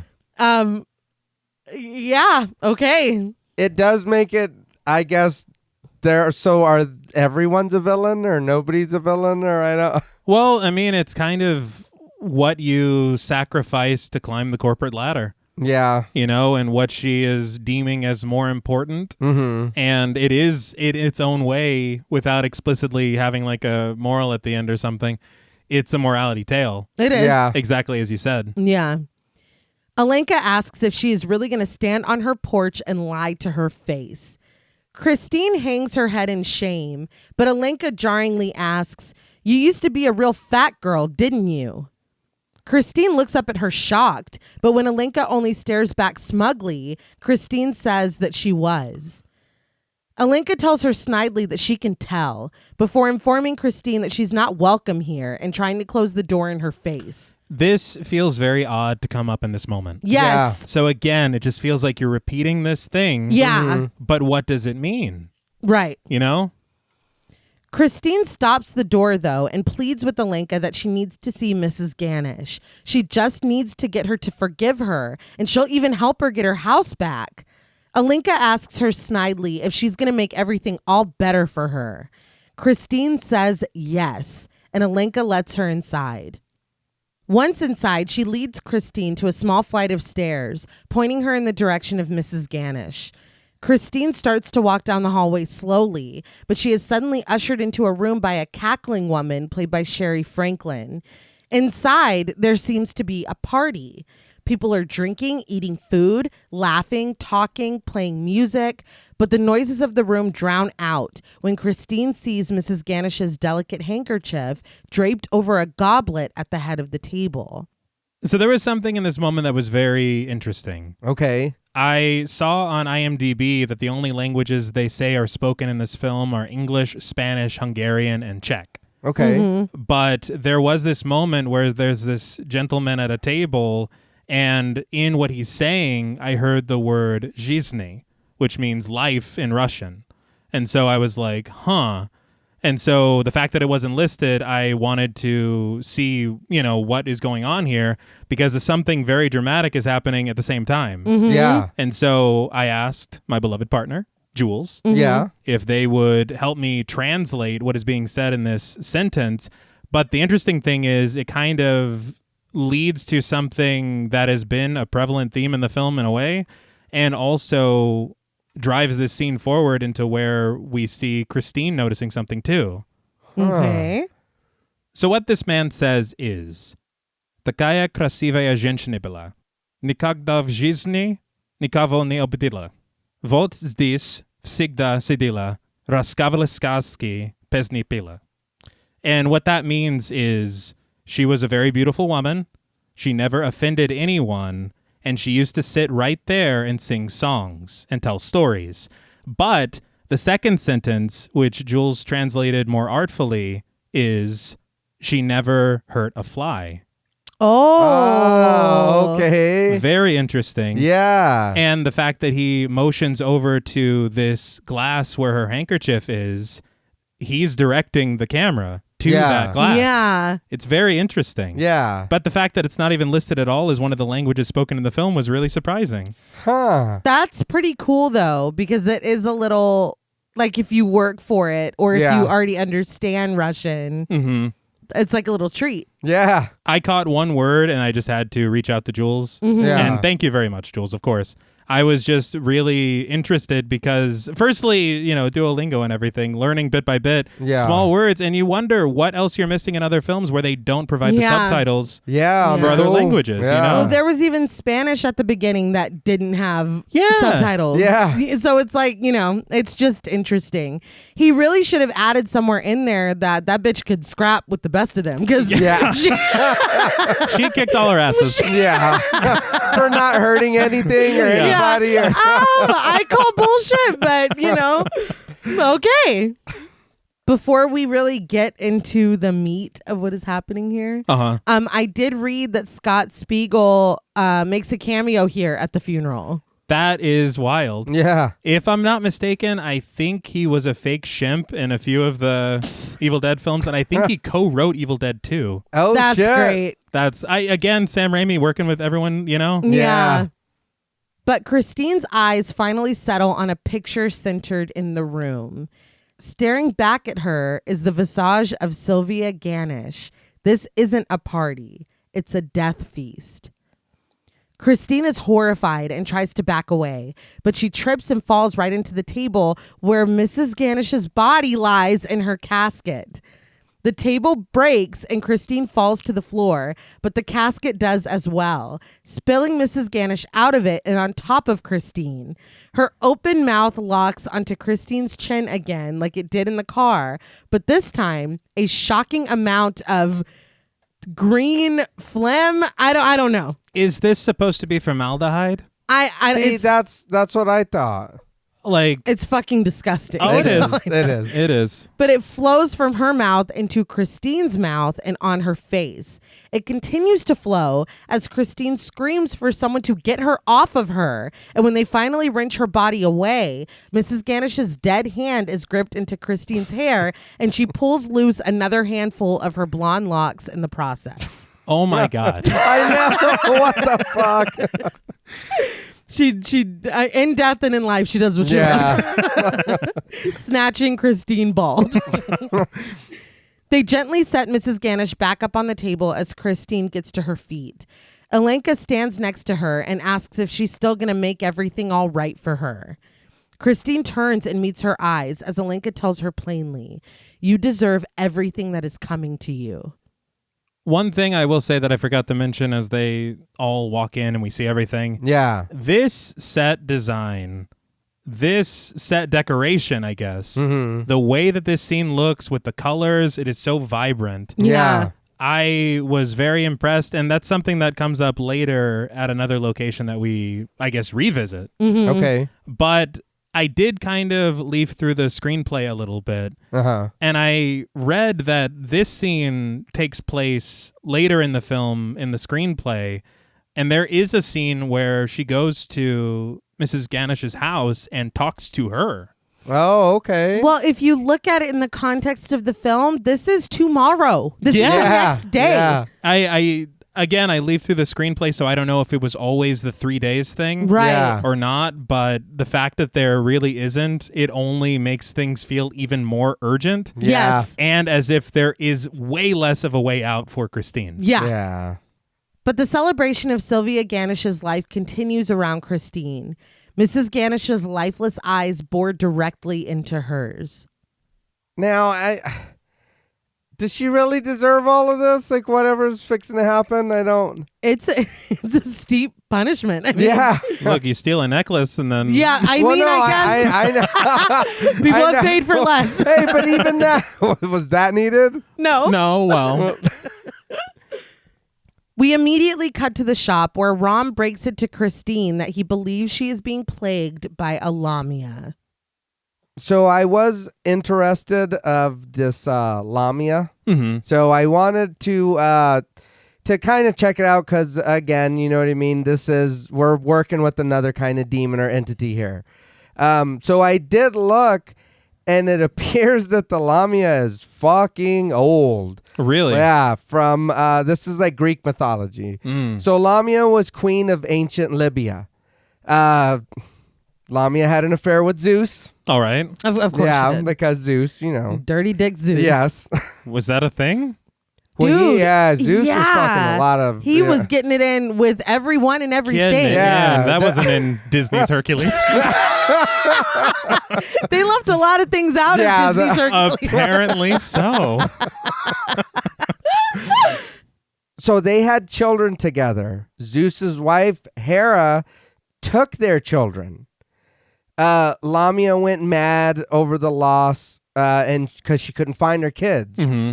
So Zeus, he bestowed her the power of prophecy and the ability to take her eyes out because his wife cursed her to never be able to close her eyes so she can mourn and obsess over the fact that she lost her children. Oh. So the Lamia would come and take children just when she'd find them. So it was like, okay, you know, this is centered around kids. This isn't people. So, but I mean, I guess the Zeus thing and his wife cursing her, and I get it. But again, everything I found was it was children, children, children. The way it's told is it almost sounds like it's one of those like cautionary tales, like don't be out too late or you might, you know, Yeah, well, if you're a kid. And it says that later on Lamia was used as a boogeyman type. Mm. So, you know what I mean? You can't stay out past a certain time. You need to go to bed or Lamia's going to get you. It's like, Yeah. But Harris stayed with his ass. Well, like, I'm sorry. It's Zeus. This is too fucking where much. are you going? I had a really, really ridiculous thought as you were telling your story, and I'm sorry to have had it. But whenever he said that she was allowed to take her eyes out, I thought it was to dip them in water. Because she had to keep them open, so he's like, I guess I'll give you a little. I guess it's you the a only way break. she can go to sleep or she That's can, you know what I mean? Because she can't wild. close her eyes. He's like, look, at least you can take them out and get some kind of fucking I'm relief. just thinking of the Pale Man from Pan's Labyrinth. Oh, Yeah. man. Those are in his hands, right? Is that Lamia? Mhm. Ooh. Was Zeus fucking the Pale Man? Oh, right. Oh, All right. Got that. So it's almost like you had talked about on The Nun, right. where Valak is a cool name to use, Yes. Yeah. but is not at all what we see in the film. Right. Well, I read an interview where Sam Raimi was like, yeah, it's not faithful to what it actually is. Oh, okay. But it's got a cool origin story. It I mean, does. you know what I mean? But Christine realizes that Lamia is the word that Mrs. Ganish said that day. Rom draws her attention to a book in front of them.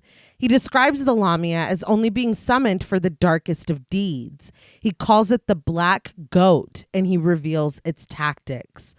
For the first 3 days, the Lamia appears as a nasty spirit tormenting its victim. In the book, there is a drawing of a woman being plagued by a sinister shadow. The next step for the Lamia is to reveal itself as the taker of souls. This is when they come for the person with the cursed object, an object taken from them, cursed, and then given back. Christine pulls the button from her pocket, asking Rom if it's this, and he backs away from it. I don't fucking blame Yeah. No, not at all. them. You bring this here to my shop? Yeah. Mm-mm. Get out. She proposes that she could just burn it, but Rom tells her it doesn't matter. No matter what condition the button is in, she is still the owner of it. The Lamia is still going to come and take her. Christine asks where, and after a moment of hesitation, Rom looks down at the book in front of them, open to a drawing of someone being pulled down into the fiery depths of hell.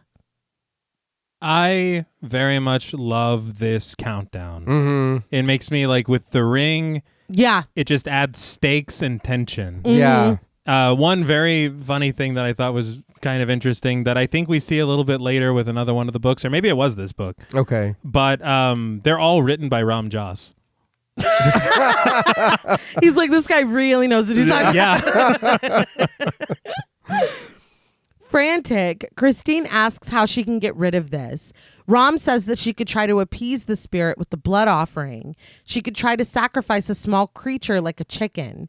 This is a hard no for Christine. She's a vegetarian that volunteers at the puppy shelter. She's not going to kill an animal.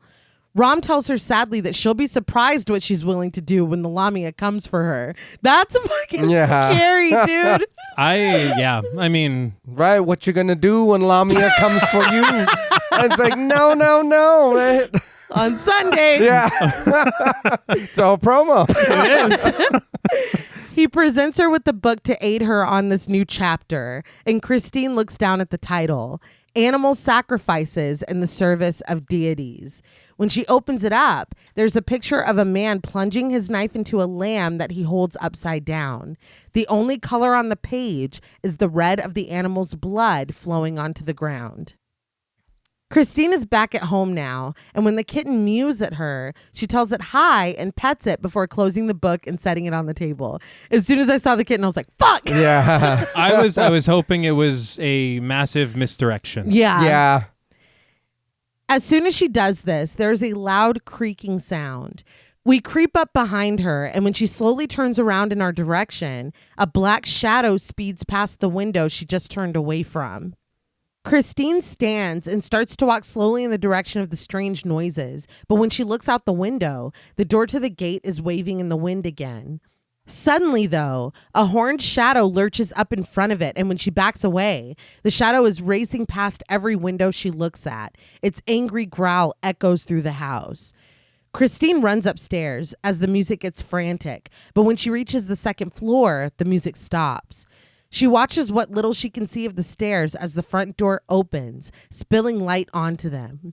Footsteps crash on the stairs, loud, slow, and heavy, and the demonic shadow of the Lamia dances against the wall as they continue. All right, so we got to talk about this for a second. Yeah. That's a lot. This is the visual that scared the hell out of 18-year-old me Yeah. and would It's keep me good. up at night. Yeah. Well, the thing was, okay, so my cat, I would leave the door open for her to come and sleep in my bed with me. Mm-hmm. And there was a lamp in the living room that was always on for her, and it sometimes would cast a light through the There's crack a of the door. lamp that looks like a Lamia. It's a Lampia. But it is, man. It's like, it's really, really effective. Yeah. It's quiet, and it's daylight. Yeah. Yes. That's Yeah. the other thing. All of these things working together, and it is very just, I don't know. I think it's also the feeling of there's like more than one shadow, it seems like. Yeah. I don't know. The whole thing, it still scares the hell out of me, honestly. You're like, I did not sleep last night. Yeah. This was a bad night. I do enjoy that the Lamia gives no fucks. I'm gonna No. day, night, I don't care, afternoon, but it is random. Yeah. So it's like, are you on a schedule? Is this in between hauntings? Am I like the third person of the day? How does? Well, you know what I'm thinking is it happened at the end of her day. It was like 4 or 5 p.m. Hey, that. Oh, okay. Yeah. So if it's visiting day 2, Yeah. Okay. it's on the clock. Okay. Before Christine can see the creature, she locks herself in the bedroom. She takes out her phone to try to call Clay, but we see his phone vibrating in the charging dock of his office while he works on his computer with his back to it. With the thudding footsteps getting louder and closer and her ringing call going unanswered, Christine stares at the door with fear. The footsteps finally stop when we see the shadow of 2 hooved feet plant themselves firmly on the other side of the door.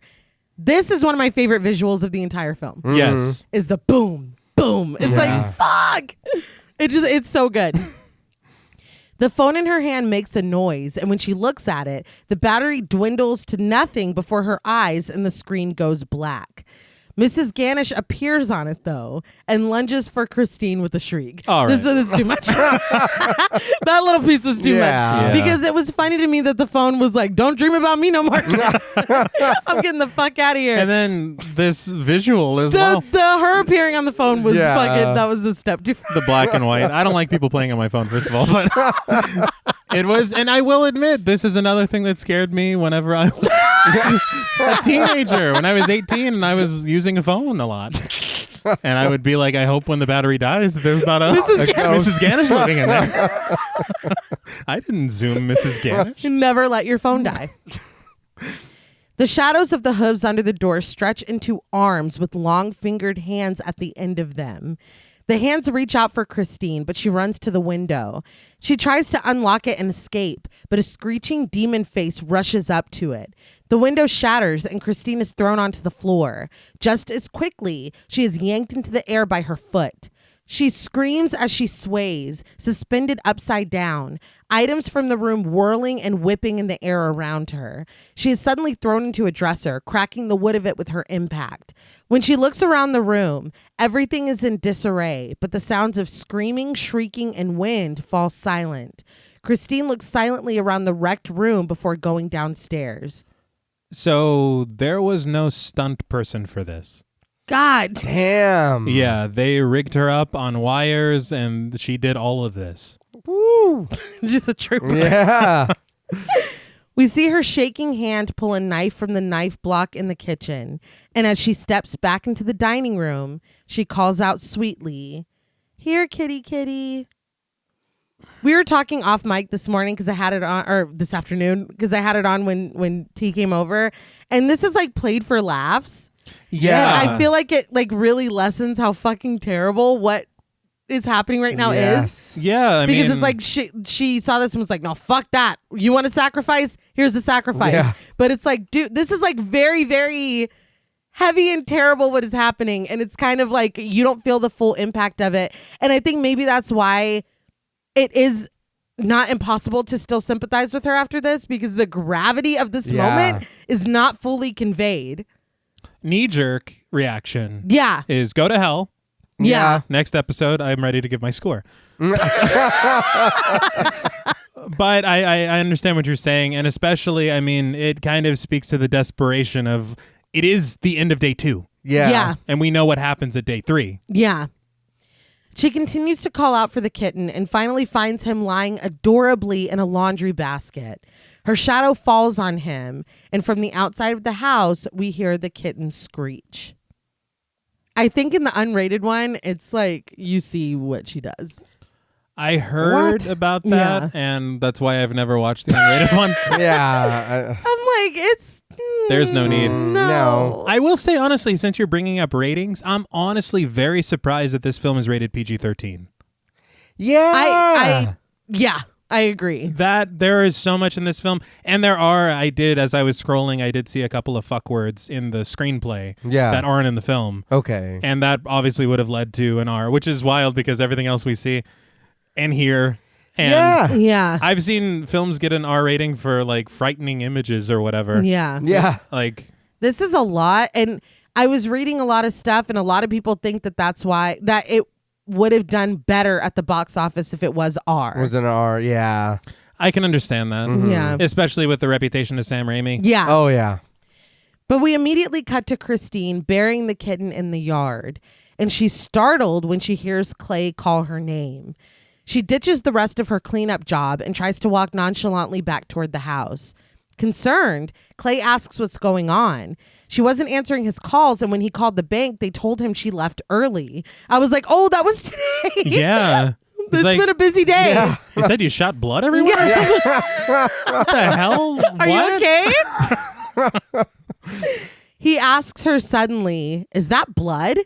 Christine looks behind her where she buried the poor cat and is like, no, why would there be blood? But Clay is referring to the sleeve of her sweater where there clearly is a blood stain. Christine dismisses this as tomato juice because she was cutting a tomato in the kitchen. Oh, come it's like, on. you're lying. Unless it was that big ass tomato from The Simpsons. I don't think that's accurate. No.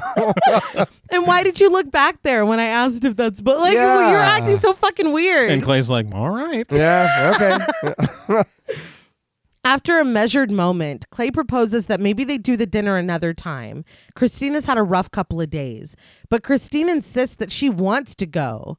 Clay asks if she's sure she's feeling all right, and she admits that she hasn't been, but she thinks that everything is going to be okay now. She smiles brightly and tells him that she really does. Back in the house, Christine comes downstairs in a bright, sunny yellow dress.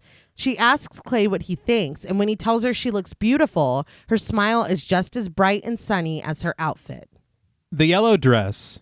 Mm-hmm. This reminds me a lot of a conversation that we had over dinner with great friend of the show over at Original Cinematic. Yes. Bill Rush. Yes. Mm-hmm. I will not give away color theory, Right. but it is very interesting here. Yes. Yeah. When they ring the doorbell at Clay's parents' mansion, Christine looks nervous. He assures her that they're going to love her as he plants a kiss on her cheek. The door finally opens to reveal Clay's parents, Trudy and Leonard Dalton, played by Molly Cheek and Chelsea Ross. I know that Chelsea Ross has been in a lot of things, but I immediately recognized him as Conrad Hilton from Mad Men. on Mad Men. Yeah. Yeah, your sister was telling me. And I was mad all over again. Trudy greets her son warmly, but when he introduces Christine, she turns cold and gives her a contemptuous hello. She looks her up and down as Christine tells her that it's very nice to meet her. Finally, Leonard invites them inside. Clay shakes his father's hand when he introduces Christine. Leonard is nicer than his wife was. We'll give him that. Yeah, very much. Well, we didn't hear him on a phone call earlier. Yeah. Christine compliments their home as the housekeeper quietly whisks their coats away to another room. Leonard and Clay leave to get drinks for everyone, leaving Christine alone with Trudy. That would piss me off. Yeah. Already. When Trudy's eyes linger on the cake Christine is holding, she tells the older woman that she hopes she doesn't mind that she brought it. After finding out that it's homemade, Trudy asks what kind of cake you would call this. Christine tells her, maybe off the top of her head, because it kind of seemed like she was lying. Yeah. But she's been doing a lot of lying lately. Yeah. She says that it's a harvest cake. Trudy asks if that's something you'd make on a farm, and Christine says no. I don't know why the farm is such an issue Yeah. for either of them, because Trudy really keeps bringing it back.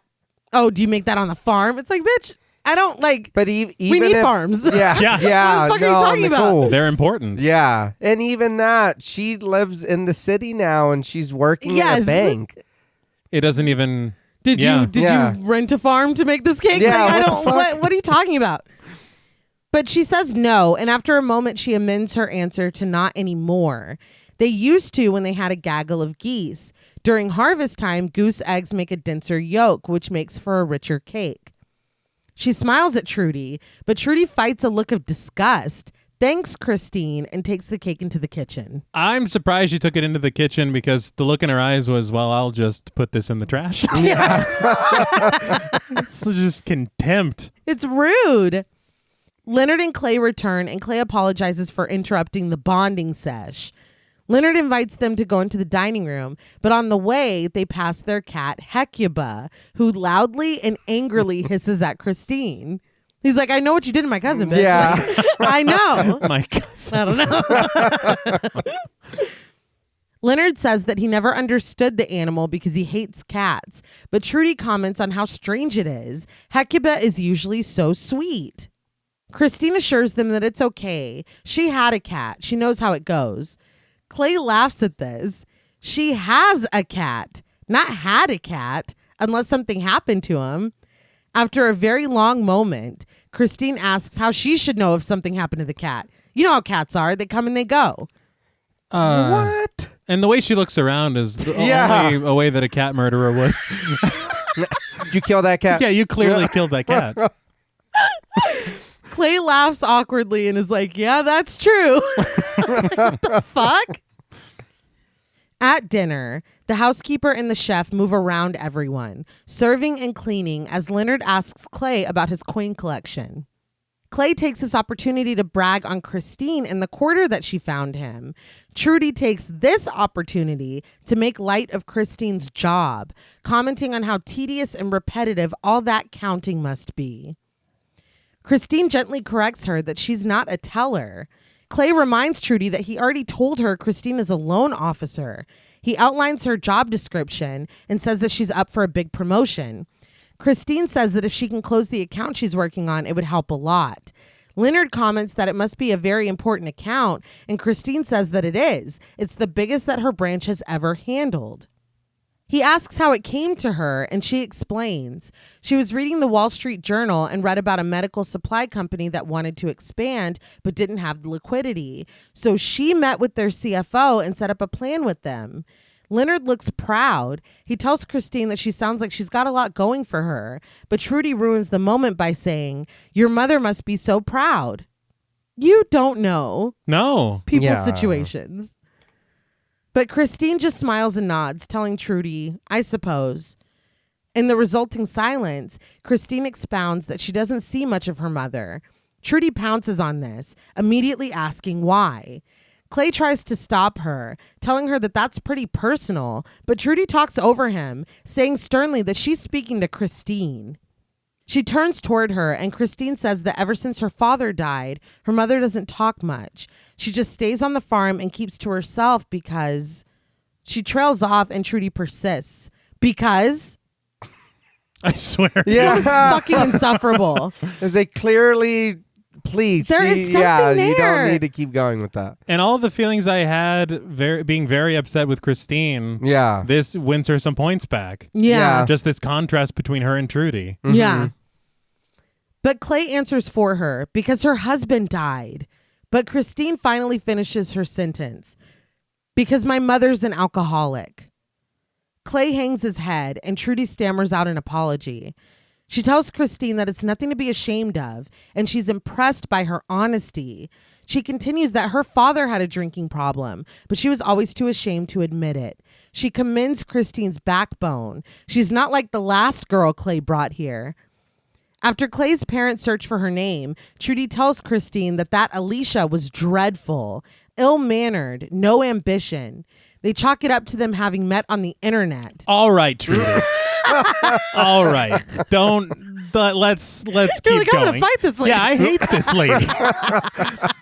You can meet the love of your life on the internet. Like, let's be very clear. Let's be very clear about this. Fucking Trudy, dude. Can't believe this shit. But the mood is much lighter as they make fun of Clay, and as plates with Christine's cake on them are set in front of everyone, Trudy seems excited to try it now. Clay tells them that they're going to like it, and they only won't if they hate delicious things. This is like said so in the background, but I thought it was Yeah. I don't know what it reminded me of. It almost might have. You remember those like? It's a very Paul Rudd line, isn't it? Yeah, Okay. it is. Yeah. Yeah, that's what it is. Because I'm like, this is like one of those Judd Apatow. Yeah. Yeah. But something has gotten Christine's attention. She hears a strange humming sound coming from the kitchen door. Clearly starting to get upset, she asks Clay if he heard anything. He didn't, but he asks if she's okay. She just looks around nervously as Trudy and Leonard start to eat the cake and comment on how much they like it. Christine picks up her fork and brings it down to the cake, but before she can take a piece, the center of it begins to move on its own. She moves pieces of cake and nuts away to unveil what's trying to get out, and suddenly, a wide, milky white eye opens in the center of the slice of cake. It's like the cake doesn't normally act like this. I promise. Is this what those geese yolks do? Yeah. This is very much giving It miniseries to me. Oh yeah, Okay. yeah. That video that I watched, they compared it to the eye popping up on Ash in Army on of the Darkness. shoulder. Okay. Yeah. That makes more sense. Yeah. That's exactly what I thought. Yeah. I was like, man, but that sucks because it looks gross. Yes. But not now. Yeah. You know what I mean? Not Yeah. now. We just got cake. Please. And no. you were fucking with me like 2 hours ago, Lamia. Yeah. Like, can you give me a dinner? Right? was- You let me sleep the night? Yeah. Yeah. I was going to say this speaks more to your being like, well, where does it go? Because it's like waiting for the moment. It's like, oh, you're winning them over? Mm-mm. Yeah. No. We hear the creaking of the goat gate from home. Yeah. And you know it's like, it's just so bad. Yeah. And there is a level of like cringe to this Yes. scene too. Yeah. Yes. Where you're like, oh my God. This whole scene is really effective, and I think that cringe is the perfect word. Yeah. Because, and there are these moments where Clay is looking at her like, what the fuck? But he's like trying to be cool. Yeah. Because they're, Well, what do? Your partner's clearly yeah. panicking quietly, and you can notice. But Yeah. you're trying to keep up this like, everything's fine. Yeah. Those moments are just played very well. And I think that because in a lot of movies, it feels like people's partners like don't know them. Yeah. And it's like they can act suspicious and weird and like literally haunted, and their partner's just like, everything's Yeah. fine. But the fact that he's like, okay, something is fucking horribly wrong. What is going on? But I can't make a scene at the table, And this is that slow transition towards that because he was kind of like that at the beginning. Yeah. And so he's kind of becoming more and more aware. Yeah. Yeah. That's why I was like, are you okay? Yeah. But Christine gasps and jumps back in her seat, staring back at the eye. She swiftly brings her fork down onto it, and the eye screeches as red blood oozes over the cake and the rest of the plate. Christine laughs nervously as Leonard compliments her on the cake again, and Trudy and Clay continue to talk. Clay is answering his mother, but he is shooting nervous glances toward Christine. Christine tries to take her fork back, but it is sucked into the cake, and she grasps onto nothing but air. When she looks at the cake again, it is completely normal. No eye, no blood, not even a crumb out of place. An overwhelmingly high-pitched screeching whine echoes, forcing her to cover her ears, but no one else seems to notice it. She looks closely at Trudy and Leonard's mouths, moving unnaturally fast, and she's brought back when the screeching stops, and Trudy turns to her, asking, "Would you, Christine?" Christine has not heard a word that was said before this question, but she takes a shot. She's like, "No, of course not." But Clay's like, "But we did." Oh. Clay, shut the fuck up. He says that they met at a bar and asks Christine what she's talking about. Christine laughs this off, and Trudy jokes that they need to get their story straight. Christine picks up her spoon and takes a bite of the cake, but quickly begins to choke. She takes a drink of water, but the coughing doesn't stop. Finally, she finishes, the fly buzzing out of her mouth as she lets out one last cough. Trudy is like, "Oh my God." Leonard looks at the cake on his fork before setting it down, and Trudy looks down at the fly-shaped raisins in the cake and spits her mouthful of cake into a napkin. That's ridiculous. Yeah. That fly did not live through the baking process. No. The fact that it's still floating Yeah. around, maybe you have flies. Yeah. Don't put that shit on me. Yeah. You really think she's gonna fucking bring you a fly cake? Like you think that for a second? What do you think of people? No That's shit. maybe how Yeah. they do things on farms. They put flies in their cakes? But the fly is in everyone's business, buzzing in Trudy and Leonard's faces. And when Clay tries to reason that there must be a window open somewhere, the screeching starts again. He looks at Christine with worry as she covers both of her ears. When a loud banging starts at the kitchen door, Christine has finally reached her breaking point. She stands and throws her glass. As it shatters on the kitchen door, she screams, "I hear you!" She begs for it to just leave her the hell alone. Clay runs to her and tries to calm her down, assuring her that there is no one there. Trudy looks at Christine with horror, and Christine whispers that she thinks she better go. Trudy agrees with this, and Christine rushes off. Clay starts to go after her, but his mother stops him. She tells him not to go after Christine because she's sick. Clay tells her sadly that she needs his help, but Trudy tells him, let her go. And then we get the most abrupt cut in the business.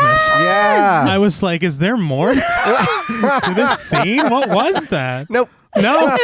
That's all. Let her go. Come on. Yeah, that was it. Let this scene go too. We cut to Christine rushing into the back room of Ram's shop. I was like, what the fuck? She picks up a small table and throws it. Ram runs in after her and Christine wheels on him. She tells him that she did what he said and killed the little kitty, but he is so full of shit. Ram fires back that these are powerful forces. There are no guarantees. Defeated, Christine sits down. Ram sits in front of her and says that they'll need to speak directly to the spirit. They have to convince it not to take her soul, and they need to do it soon. He says that he knows someone that can help. Christine asks if she's really supposed to trust him, but Ram points out that tomorrow is day 3. After that, the Lamia is coming for that ass. He says that the woman who is going to help them is going to have to put herself at great risk, and she is not going to do that for free. Christine asks what he needs. The answer is $10,000 cash by tomorrow. Can we just meet Lamia tonight?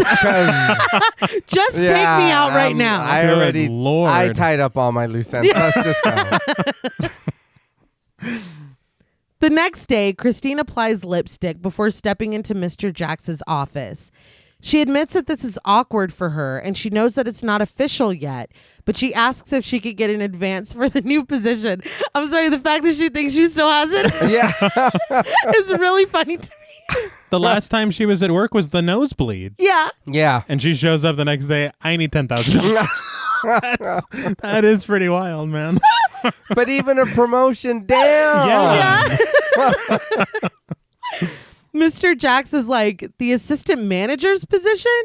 Christine says yes and presses on. She has a sick family member. They're not going to die, but actually they might die. All right. Mr. Jax stops her. The McPherson deal has been canceled. He found out that they made a deal at First National, and he says he needs to call and figure out exactly what happened. But right now, this does not look good for her or for him. The promotion has been delayed. And he says, really, with everything that's happened, he's going to have to give the job to Stu. Christine's eyes have filled with tears, and they start to overflow as she nods her head. Mr. Jax invites her to take the rest of the day off in light of what's happened to her family member, but Christine just leaves the office without another word. And even the way he says it, he's like, take a day off to sort out. Yeah. It's like, man, that's what they care about you. Yeah. Yeah. And that's who you fucking did all this for. Yeah. What is that? Yeah. Yeah. At home, Christine gathers up anything that could be worth something. Instruments, sporting equipment, tools. She goes to put a pair of ice skates into a trunk in the garage, but when she moves a hanging sheet out of the way, Mrs. Ganish is waiting there. Very quickly, before we get into all of Whatever.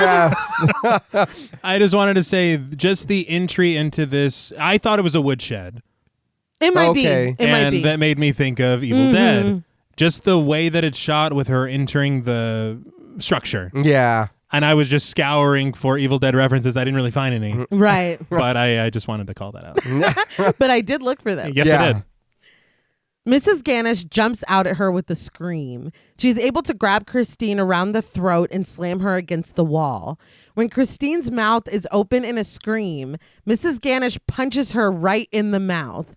Her hand and her arm up to the elbow disappear in Christine's mouth. So this looks like CG, Yeah. but in a behind the scenes featurette, it looked like there were more practical effects towards this than you would think. Really? It does not come through. No, Say that. it doesn't. I don't know if they tried to polish it and then it just kind of. It loses it. And there's something in a minute that's really egregious. To the point where I'm like, I feel like we could have cut out this whole scene. Yeah, Like well, the whole thing. It felt like they were like, it's been too long. She needs to get her ass beat, and we need to do it now. Well, there's other ways to do it. There Yeah. are. There are. Christine looks around desperately and finds a fucking pulley system somehow rigged to where there is an anvil hanging from a rope over Mrs. Ganish's head. I don't know why this is there. I don't like. I guess Wile E. Coyote lived here before or something. Is this fucking Acme? Yeah. Why is this there? Look, man. If it's like on the floor, maybe like buy some metal work, like tools and stuff. But this is hanging from a thin rope. What purpose? Yeah. Unless you're trying to kill a roadrunner. Yes. That's the only reason for this. Yeah. Thinking quickly, she brings the blade of the skate down on the rope and the anvil falls. When it crushes Mrs. Ganish's head, her eyes pop from their sockets and land on Christine's face, along with the gush of blood. The anvil hits the ground with a loud bang, and when Christine looks around, she is alone. All right. It's the eyes. Yeah. I'm just thinking how much better this was done. I think it was Evil Dead 2. Yeah. Right? Where you follow the eyeball and it's like practical completely. Yeah. They shot it backwards so that it, was, I don't know, man. I feel like with the team that he had, Yeah. there is no reason that it should have been like this. But again, I wonder, he talks about wanting to add shit and add shit. Yeah. Was this added? And then it's like, this is the best we could do with because it doesn't even look like it's part of the same environment. At all. Thank you, because that's what I was going to say. This feels very misplaced in this movie. 'Cause Yes. everything else has been fine and it's looked good. And then we get this little thing. The elbow and the fisting of the mouth was, you know what I mean? Not All fisting. right. It was a bit like, okay, but I was like, I can get, that's fine. I'll accept it. But You better be going somewhere with this, Vasquez. But to what you're saying, but the eyeballs, when that and then the blood hit her in the face, and I was like, this does not. It didn't look good. No, It just doesn't work. Yeah, But we cut to Christine at a pawn shop. And I got to say, I know this bitch is running out of time, but her ability to compartmentalize yeah, what she's been through that and be didn't like, happen. I gotta go. I gotta go sell my shit. Like, $10,000. Yeah, Period. she's focused.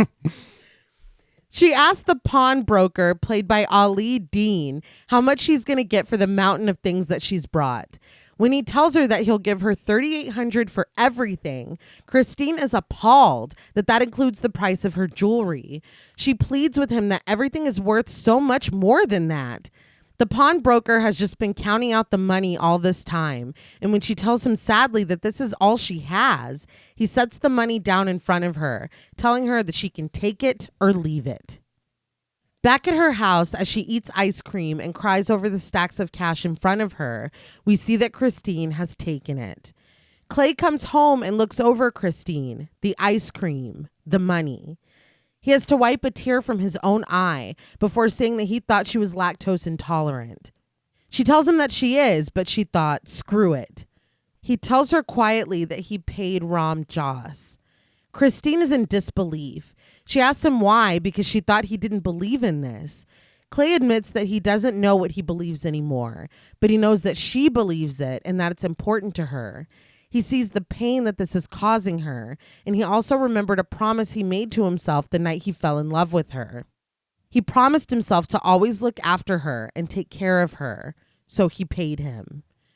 Christine asks if he really remembers the night he fell in love with her, and he says that he remembers the second. Christine laughs in relief for the first time in days and hugs Clay tightly.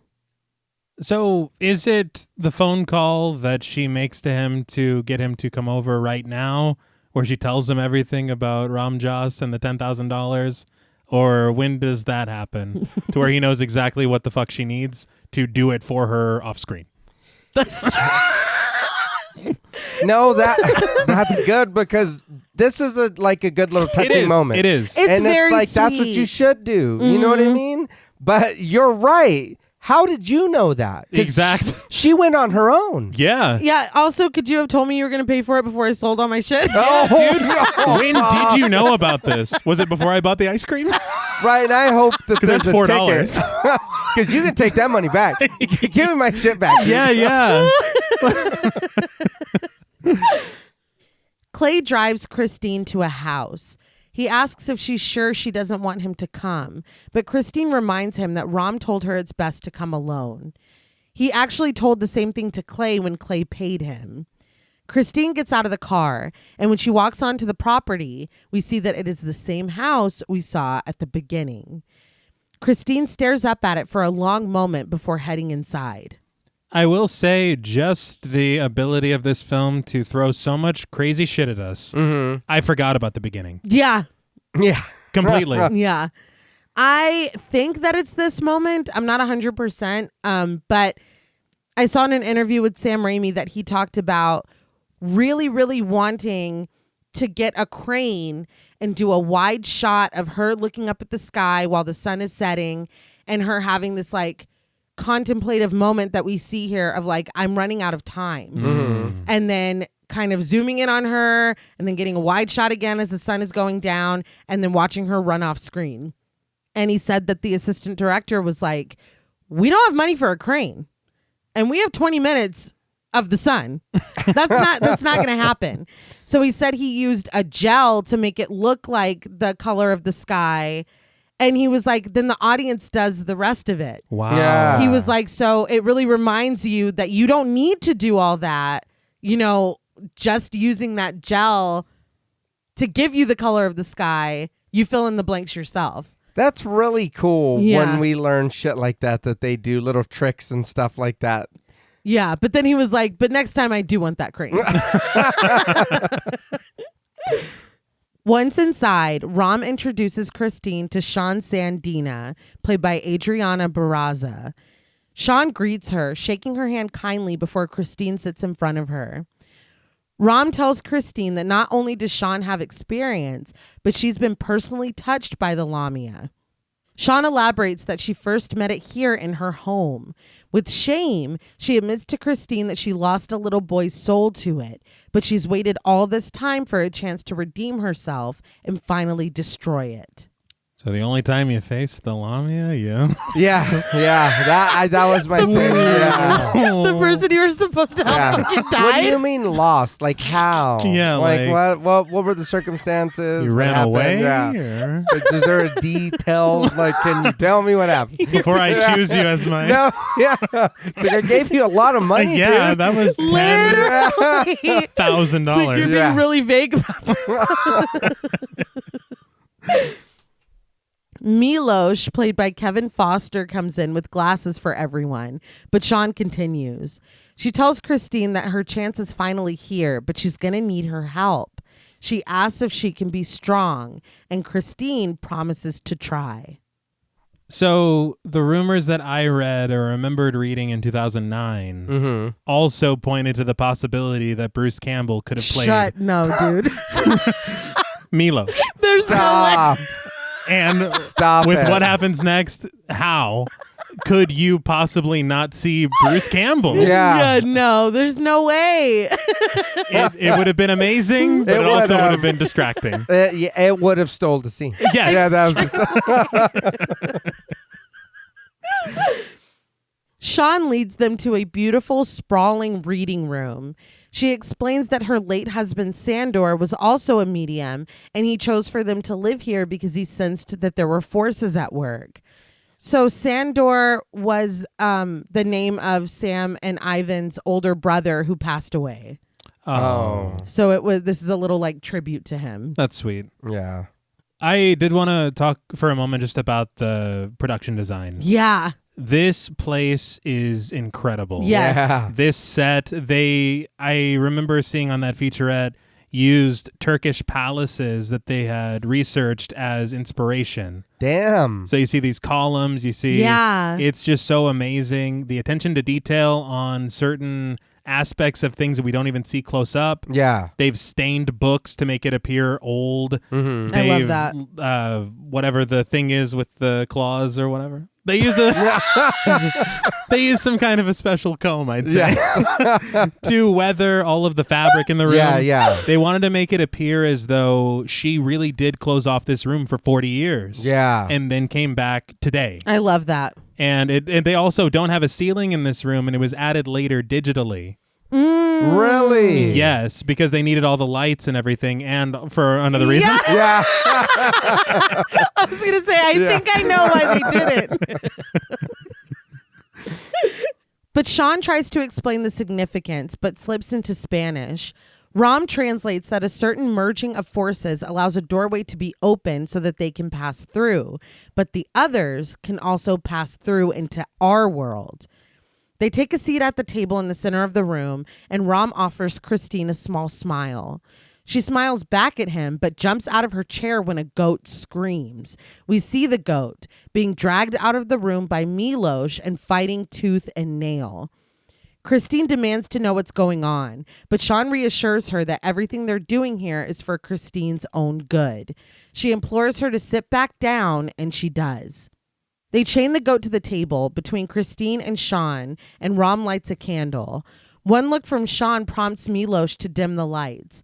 Sean unveils a dagger and holds it ritualistically, chanting in Spanish and kissing the blade before placing it back on the table. The goat I saw in the featurette was so sweet and adorable, it kept ruining scenes. Oh, It like would be scary. Yeah, because it kept happening, and it would like lick Alison Lohman's arm or like rest its head on the table when they're trying to have a dialogue scene. What they did is they created a very realistic animatronic puppet of the goat. Wow. And so during scenes of dialogue, you'll see the goat there, but more often than not, it's a puppet. Damn. That's wild. I would have never guessed. No. It's like, stop being so damn cute. Yeah. Sean tells Christine that once the spirit has entered her, she needs to put her hand on the goat. This will force the spirit of the Lamia into the goat, and she instructs Milos, handing over the dagger, to strike the animal then. Milos seems hesitant, but when Sean insists, he quiets down. They all hold hands, and Sean advises that everyone needs to be receptive. She begins to sing softly, but still confused. Christine leans to Rom and whispers, asking what she's supposed to do. Rom tells her that she has to invite the dead to mingle with her spirit. She has to let them in. Like that movie we just covered. Yeah. Oh, yeah. I let you in, you know? Mm-hmm. Talk to me. Yeah. Correct, yes. Christine admits that she's scared, and Rom is like, yes. He tells her to repeat the words, I welcome the dead into my soul. Christine repeats flatly, and Rom chastises her, telling her that she needs to believe it. Christine repeats it again, and Rom accepts this. The words become a chant, repeated by Rom and Christine over Sean's vocals. She's fucking tearing it up. Yeah. We see all of them, Christine, Rom, Sean, and Milos, in a circle, fulfilling their duties. Milos begins to look concerned, and Sean announces something in Spanish before starting to sing again. Suddenly, though, she stops with a gasp, holding both hands up. She whispers fearfully that something is in there with them, and Rom agrees. The chandelier above them begins to shake violently, and when it stops, a teacup across the room rattles before throwing itself against a column and shattering onto the floor. A horrible laughing echoes as the spirit moves across the room unseen, shaking the curtains covering the walls. It comes to a stop by a fountain in front of ornate windows. This is when Sean realizes that it's not the Lamia. It's a spirit from an unsettled soul. Rom tells Christine that unsettled souls linger around the door sometimes, but Sean adds cryptically that there are others here too. Christine turns her head in time to see a 19th century ghost, played by Jennifer Blackwell, come screaming out of the darkness.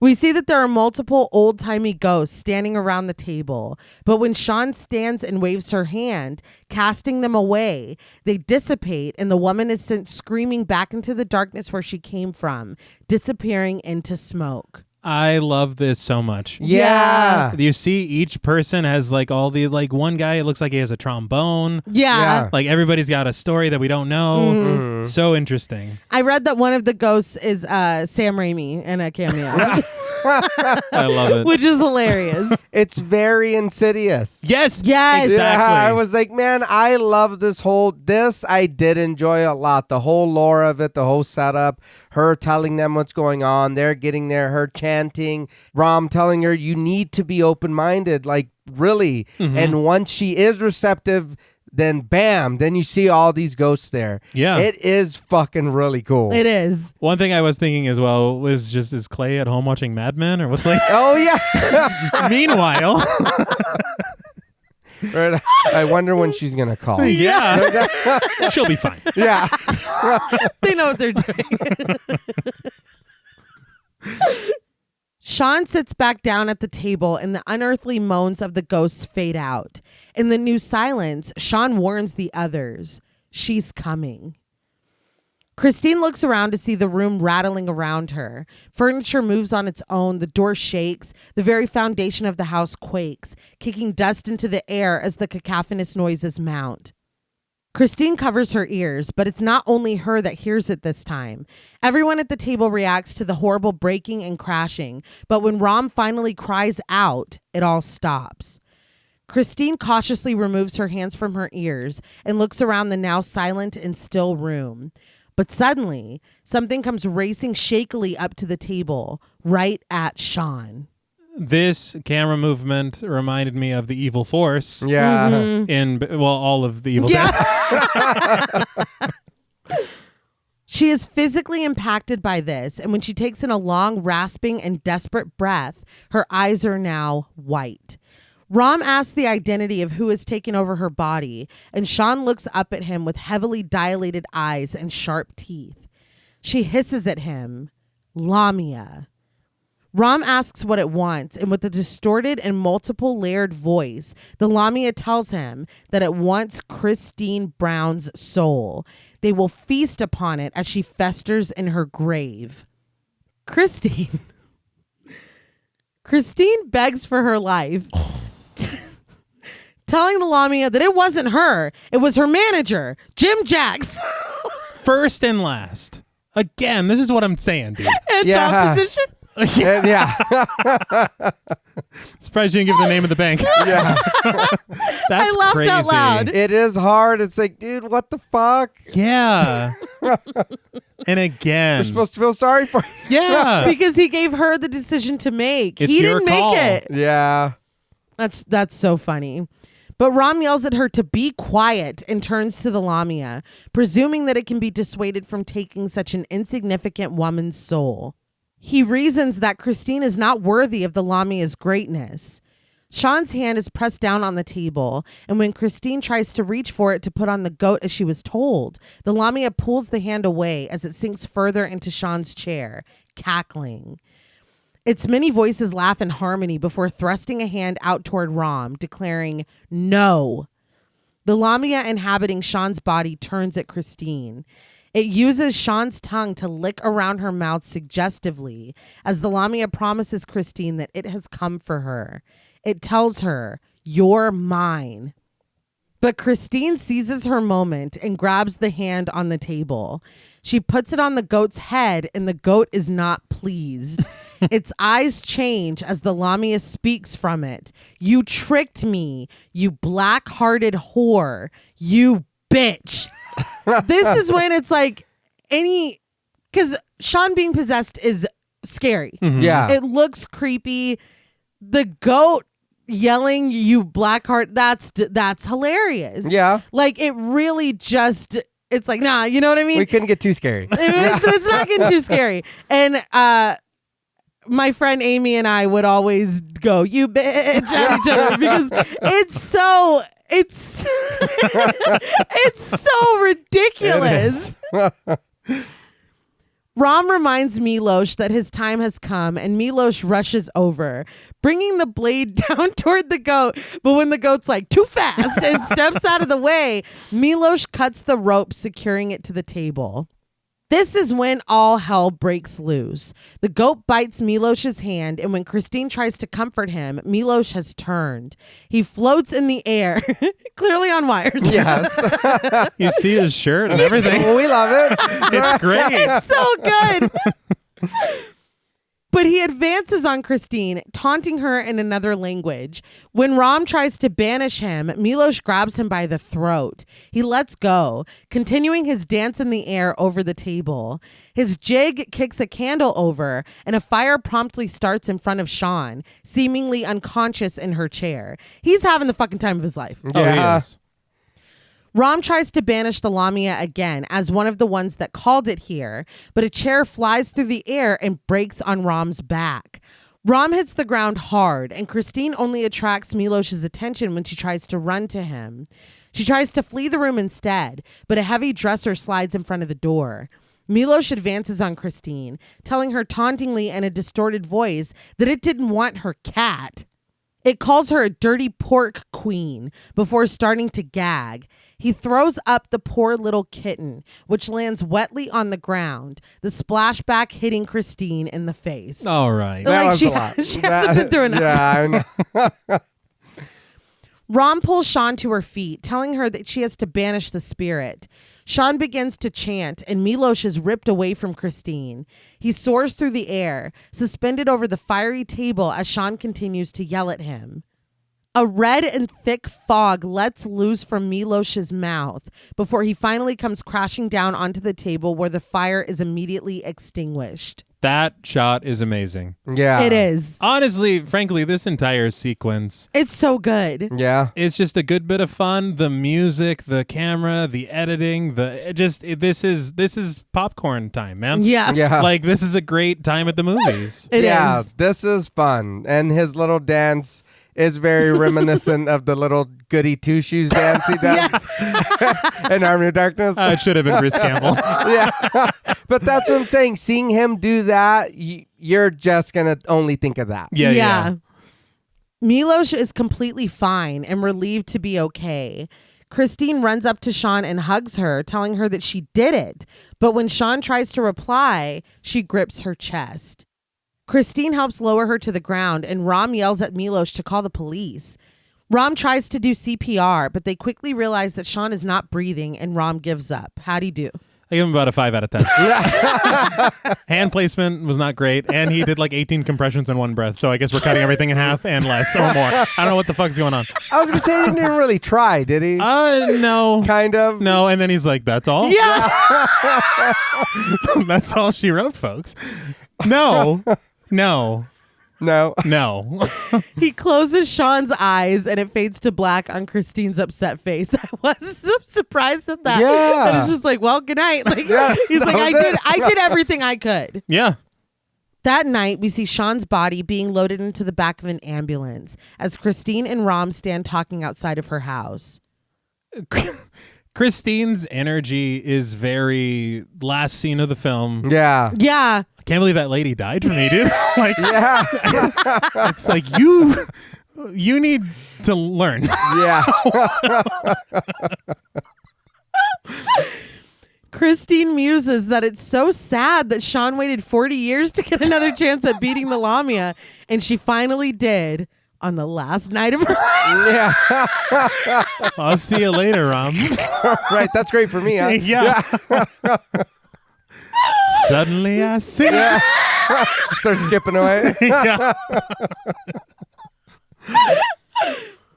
Rom bursts her bubble, though. He tells her that a Lamia can't be banished by a medium. He tells her that tonight was a lesson. Christine doesn't believe this, though, because she saw what happened. But Rom explains that what she saw was the Lamia being driven from the seance. It will be back because the goat was never slaughtered. He tells her again that when tonight is over, the Lamia is coming for the owner of the cursed object. In Christine's silence, Rom proposes, unless, of course, you are no longer the owner. Christine presents the button when he asks if she still has it. Ron has her place it in an envelope, and he seals it before handing it back to her. Why he's holding an envelope, I don't know. That's true. And whenever she brought it into the shop, he's like, what the fuck? Yeah. But now he's like, hand it. No, give it to me. I brought an envelope for it. If she gives the button away as a gift, she is no longer the owner of it. Christine doesn't understand why Rom didn't tell her this before, but Rom makes very clear what will happen. Whoever she gives that button to will have their soul torn away by the Lamia, and they will burn in hell for all of eternity. Christine understands, and I would have sent them there. With a nod, Rom adds, and I will have been your accomplice. He tells her that she has until morning to make her decision. Christine wrestles with her decision as we transition to her riding home with Clay. I know we talked off mic, but this is one thing that we appreciate in films. Yeah. When we have a question and we're like, why didn't you tell her this before? Yeah. And then the next line is, why didn't you tell me this before? Yeah. Yeah. It's like, okay, all right. Good. Because it's like that's information I could have used yesterday. Yesterday. She sits in the passenger seat, looking down at the envelope peeking out of her purse. Clay's like, Don Draper was acting up tonight. No, he asks her if it's over. So what's new with you? Yeah. Oh, the thing. Oh, shit. That was tonight? Oh, that $10,000. But he asks her if it's over, and she assures him that it is.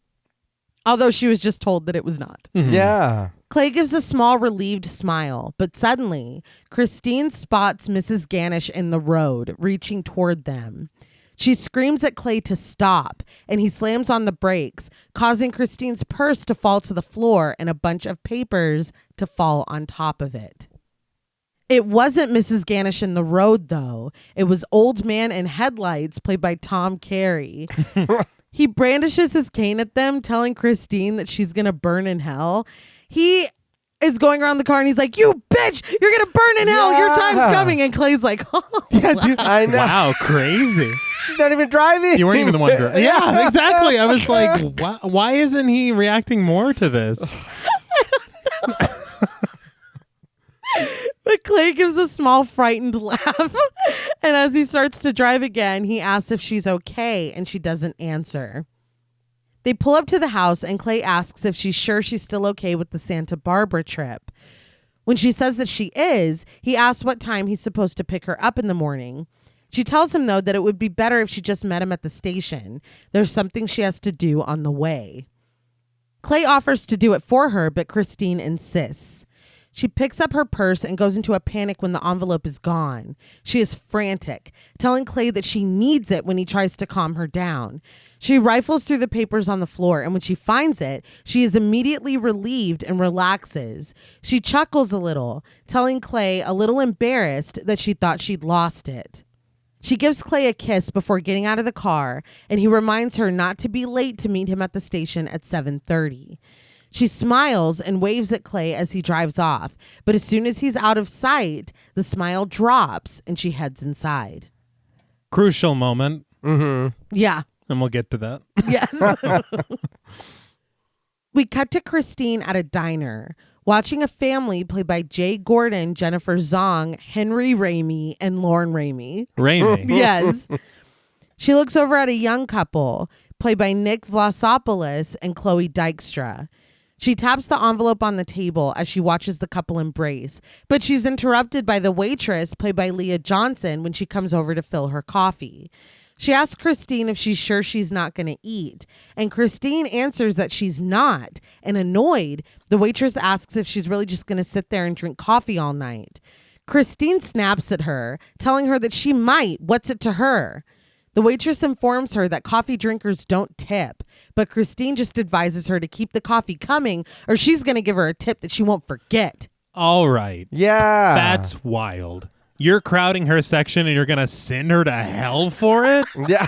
Like, that's, again, this is who you are. And you called her honey? That's Yeah. condescending Yeah. as shit, dude. But she's pointing at the waitress with the envelope. Yeah. Yeah, And she that's- finally backs off. But I'm like, the server does not know what that means. So, like, what does she think? She's, like, threatening to stab her or something? Like, Like- I don't know. Fight her outside? Yeah. I don't Waffle know. House. Yeah. Yeah. Oh, wait, yeah. you said tip, so like a tip of a knife. Yeah. God Yeah. damn. I'm like, what do you Holy think that shit. means? It's like a decaf or... What do you need? Christine looks over at an old man played by John Paxton, sitting alone at a table with an oxygen tank. She stands up and starts to walk toward him, the button in the envelope outlined against the white paper. Just before she gets to his table, though, the man's wife, played by Irene Rosine, comes over to bring him his plate. He brightens at the sight of her, and the two smile as he tells his wife that she's the sweetest person in the world. See, so again, this isn't about like, oh, this button will kill someone. Yeah. You're forgetting what this means. Yeah. Yeah, you're not just gonna die. Yeah. No. More than that. Your soul's gonna be torn from you and you're gonna burn in hell for eternity. All right. Calm down. That's why. Are you selling the movie to us? Yeah. That's why for me, again, she just becomes kind of irredeemable. I mean, she's like, look, I gotta get rid of this Yeah. I mean, I get it. shit. Couldn't be me. I get it, but god damn. What if like we just pass it back and forth What? for 3 days? No, because you're still tormented. Yeah, Yeah. What? Well, I feel like you're thinking it's like a heads I win, tails you lose Yeah. situation. Like, I was. and then on the third day, you just keep it. No, dude. We cut to Christine on a payphone. She tells Stu to get there in 10 minutes or she's going to tell Mr. Jack something he doesn't want her to. Stu is incredulous, but Christine says that she'll tell that Stu stole the McPherson file from her desk and gave it to First National. She says now he's got 9 minutes before slamming down the phone. At the counter, she finishes off a hot fudge sundae and asks the waitress for another. The waitress is like, seriously? And Christine is giving, I'll tell you when I've had enough. Wait, so I drink coffee only, you're mad. Yeah. That's. I've had 4 Sundays, you're mad. You wanted me to order something else? Yeah. What do you want from me? I just want to impress you.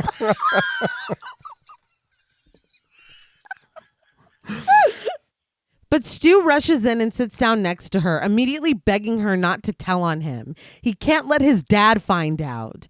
He asks to just tell him what she wants. Christine says that she just wanted to give him a little gift. She thrusts the envelope at him, but Stu is confused. When he tries to understand what's happening, she tells him he doesn't need to understand and to shut up. She yells at him that when she gives him this, it becomes his property and he is the owner. Confusion and fear etched into his face, Stu fights back tears as he agrees. Christine loses her steam and turns away from him, telling him to forget it. When he presses it further, she tells him to just leave. He thanks her so much before leaving, but he quickly comes back to make sure that she's not going to tell his dad. I'm like, who is your dad? We never don't find know. I out. feel like, it would have made more sense if he's like, yeah, he's new, but his dad like worked here or whatever. Okay. Because I'm just like, who the fuck? Well, who's your dad? Yeah. Why would I tell him? Well, it's just a throwaway line. It Yeah. It seems. is. He's like, please don't tell my father. It's comedy. It's a joke. Christine looks down at the envelope, wondering to herself who actually does deserve this. She picks up a newspaper on the counter and looks at Mrs. Ganish's obituary. Suddenly, she stands up and walks away, and we match cut to her pacing back and forth in Ram's shop. After giving Ram a moment to consult a book, she asks if it's possible. Ram reasons that there are blessings given to the dead. They give gifts to the departed to curry favor with the soul, but the soul never dies. Finally, Ram says yes. She can give a gift to someone who has already died. She will just need to make a formal gift of it. It did make me laugh because he's like in his robe. Yeah. And it's like, I've done enough for you tonight. Yeah. We cut to Christine in her car. She promises that she'll do better than making it a formal gift. She's going to shove it down her goddamn throat. She looks over at the shovel-riding passenger before turning back toward the road and muttering, I'm going to get some. I was like, Christine. It's great to hear the line here. Yes. Yeah. Doesn't make a lot of sense. No, not really. Made a lot more sense with Ash and that deadite, Yeah. but we love a reference. Yes. But I did laugh. Mrs. Ganish's handkerchief lands with a screaming face suddenly on the windshield. Christine turns on her wipers, and after a moment, the cloth is dislodged, but it gets sucked up into the front of the car. Christine looks around for a moment, sure that there is more to come, and the handkerchief comes flying out of the AC vent, covering her face. She tries to pull it off, and when she can't, she puts the car in park and gets out, trying to pry it away. When she finally does, she tosses it down to the street, but it flies back up and goes straight into her mouth, because of course it does. Yeah. Before it can go down her throat, Christine catches it and pulls it out agonizingly. Finally, she rips the thin cloth to shreds. This is when she notices she's parked right outside of the cemetery. Lightning flashes in the sky and thunder booms as Christine goes inside. Rain falls down on her as she digs up Mrs. Ganish's grave. She makes short work of this. Yeah. She's already in there. That was fast. Yeah. The dramatic score mounts when Christine finally reaches the casket. She pulls the wood open, revealing Mrs. Ganish's dead face. Christine proclaims loudly, "I'm giving this back to you." She tells Mrs. Ganish that she's going to take it as she tries to shove it into her stiff, curled fingers. She tries to pry her fingers open, but she only results in pulling Mrs. Ganish up to a sitting position. Her face comes right up to Christine, infested with maggots. Christine tries to push her back into her coffin, but as she loves to do, Mrs. Ganish has grasped on to Christine's hair. When she's finally able to push her back down, she takes another handful of hair from her. Christine brings the shovel down, telling Mrs. Ganish that that's the last of her hair she's getting. She uses the shovel to wrench the dead woman's mouth open, and she holds the envelope high in the sky, proclaiming that she, Christine Brown, is making this button a formal gift to her, Sylvia Ganish. She shoves the envelope into Mrs. Ganish's mouth and yells, her thick Southern accent creeping back in, "Choke on it, bitch!" I was like, oop. Christine kicks Mrs. Ganish's jaw closed and watches over her triumphantly as the heavy rain fills the grave with water and mud. But when Christine tries to climb out, she only falls back in, unable to get a grip on the soaked dirt. When she falls back in the grave, Mrs. Ganish floats back up, the envelope sticking out of her mouth. Christine screams and tries to fight her way out, but the huge ornate cross over Mrs. Ganish's grave comes crashing down, hitting Christine in the head and knocking her out. She falls into the dirty water, but after a moment, she emerges, gasping for air. The grave is so full of water that Christine easily pulls her way out, and she takes in air as the sun rises behind her. I've seen many people point out the way that she rises from the grave. Very reminiscent of the Evil Dead poster. Oh, okay. And once you see it, you're like, that's cool. Yeah. I wanted to talk about this sequence because just everything about it is amazing. Yeah. Yes. I love the way that it's shot. I love the angles, the sounds, the just everything. Yeah. It's really a bunch of movie magic because this was, they said, the last thing that they filmed. Okay. They brought everyone back together to do this one last thing. And you see them in this featurette and they build this set and it's like a steel tank at the bottom of it. And it's just completely fabricated. None of this is in a real location. And so it's just all about angles and lighting and then everything being put together in the edit. Yeah. But they had said that they had tried to create their own kind of synthetic mud to use instead of mud. Yeah. But whatever they created made Alison Lohman break out in hives. Oh, no. shit. And so they eventually just settled on using spa-grade mud. Yeah. So At it's least, mud. at least Yeah. it was spa grade. Yeah, they're like, well, it's Yeah. a little bit better It's than... like, let's give her a fucking break. We found this outside. But you do, it is cool because seeing her putting the button in her mouth and kicking it and like, you're like, yeah, okay. Mhm. You Yeah. know, for a second you get that like, all right, I guess things are going to be okay. Yes. And then you forget she's in a fucking hole. Yeah. And then the water comes in and it's like, yeah. You might have fucked up. you might, yeah, I think you fucked up. And it honestly, the way it is, because the thing that happened at Sean Santina's house, Yeah. that feels like an ending to another kind of film. Yes. Yeah. And then what happens here, that feels like the ending to another kind of film. Yes. And then when she's about to drown, you're like, oh my God. Yeah. You know, so it just keeps going in a very interesting way. Yeah. We match cut to Christine in the shower at home, the dark and damp replaced with bright and steamy. Her phone rings, but she doesn't answer it and it goes to voicemail. Mr. Jax's voice fills her house, telling her that he received some troubling news about Stu. Apparently, he stole her file and tried to broker his own deal at First National. He says that Stu must have thought that they wouldn't find out, and they wouldn't have. But Stu came to his house this morning and tried to blame it all on Christine. What the fuck? Dude. You should have gave him the button. Until the end. Like, Jesus, I thought it was going to be a story of him confessing. Yeah. I did too. Yeah, nope. I did too. We wouldn't have found out either, but Stu came and confessed. No, Yeah. he was like, I heard the Christine. Yeah. That's wild. Christine gets ready and loads up her car as Mr. Jax continues that when he confronted Stu with inconsistencies, Stu broke down crying. With a chuckle, he assures Christine that they won't be seeing him around anymore. In fact, come Monday, that assistant manager position is hers. And again, it's like, okay, we've gotten rid of the curse. Yeah. We're getting the promotion, which is what this was fucking all about in the first place. Mm-hmm. Everything's coming up Millhouse. Yes. Yeah, but that was a long way to get that promotion. It was. One might say too long. Yes. And it's only been 3 days. Yeah. Oh, fuck, I Yeah. know. With pep in her step and wearing a pink cardigan and a floral dress, Christine struts through the station.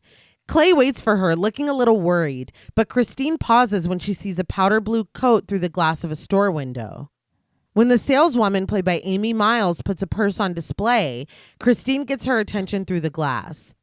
The woman tells her regretfully that they're not open yet, but Christine tells her that she only wants to buy the coat. She tells her that she and her boyfriend are taking a very special trip.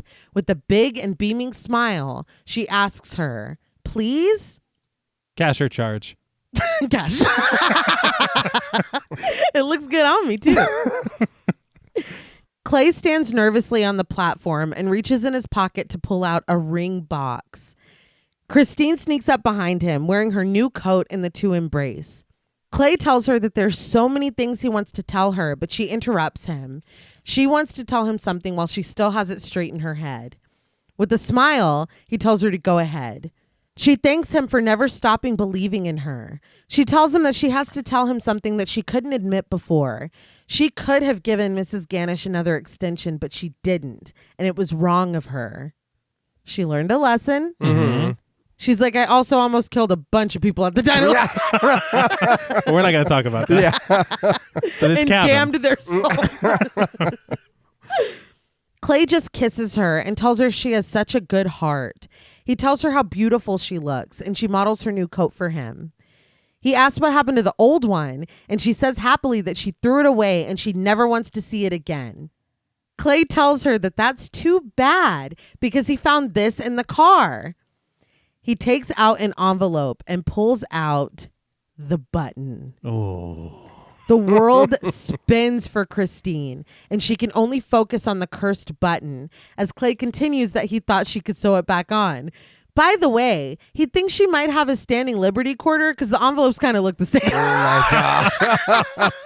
It was like, no, we got it. Yeah. Oh, it's so good, though. It man. is. Christine is in a full panic and backs away from Clay and the button. Clay tries to stop her, but she backs away until she falls onto the train tracks. Clay is screaming, and Christine stares in horror and disbelief as a train barrels down on her.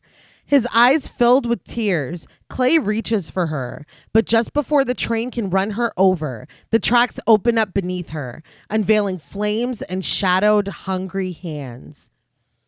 They grab Christine and she screams for help.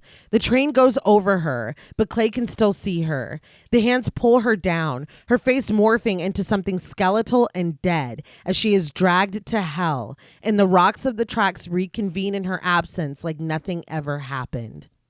Tears stream down Clay's face as he looks first at the button in his hand, then back at the tracks where his ill-fated love was just dragged to hell. It cuts to black and the credits roll. So, what did you guys think of Drag Me to Hell? I had a lot more fun this time. Good. Discussing the movie, I had a lot of fun too talking about it. Again, I did really, really enjoy the movie this time. I just feel like there is, and I know, baby, you said that you read that he was cramming a bunch of stuff in and he was adding and adding. I can kind of, you could kind of feel it. And it's like, all right.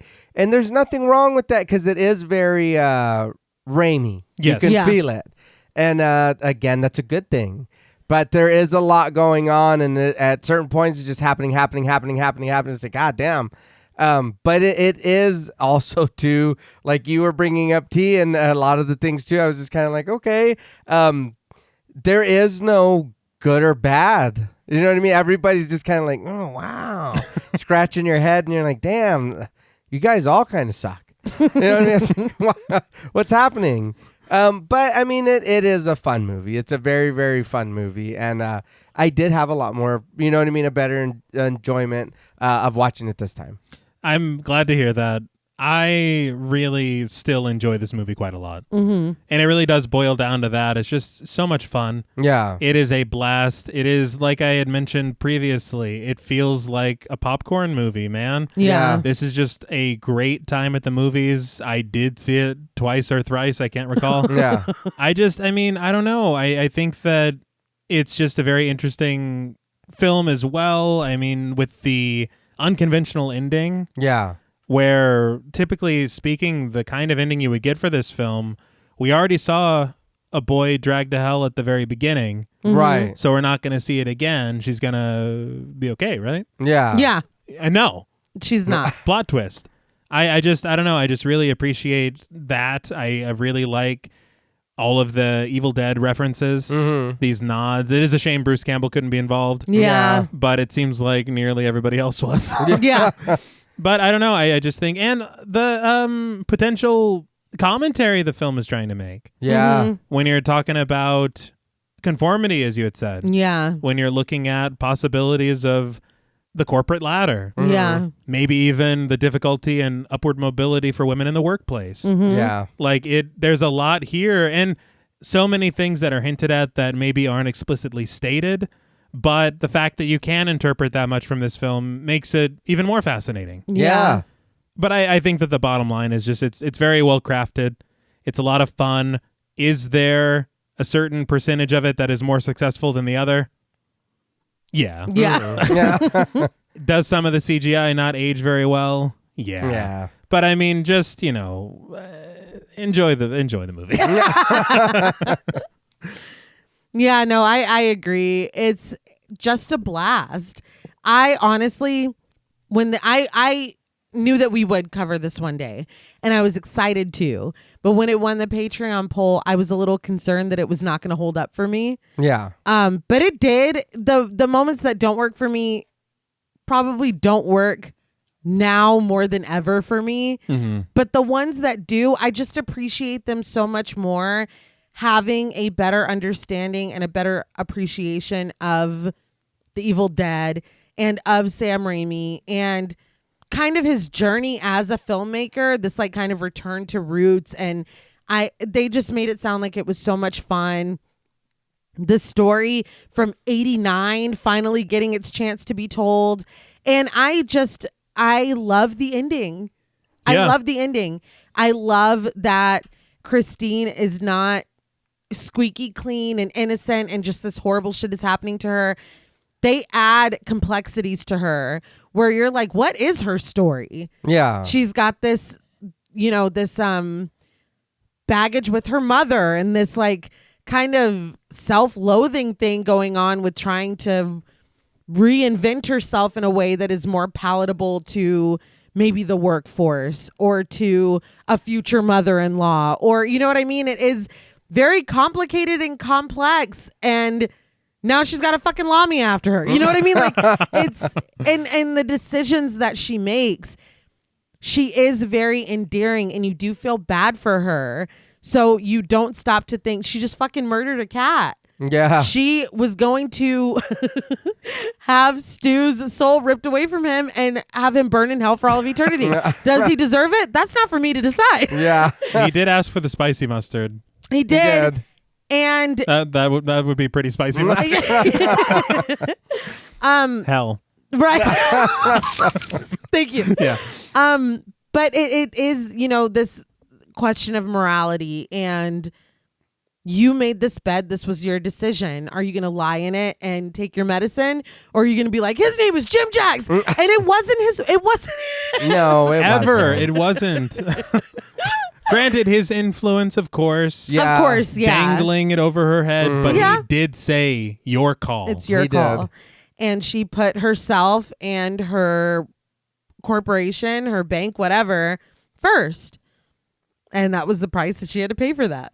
And I'm not saying that price is fair. I'm not saying that a little boy should pay that price for swiping a fucking necklace. Yeah. But, you know, she did that. Yeah. And honestly, again, with the potential commentary, when you put your job and corporation before the rest of humanity, maybe the price is your soul. Oh, that's good. Okay. But it's just, even with those potentially very heavy themes, it's just so much fun. That seance scene, Oh, man. Yeah. fucking blast.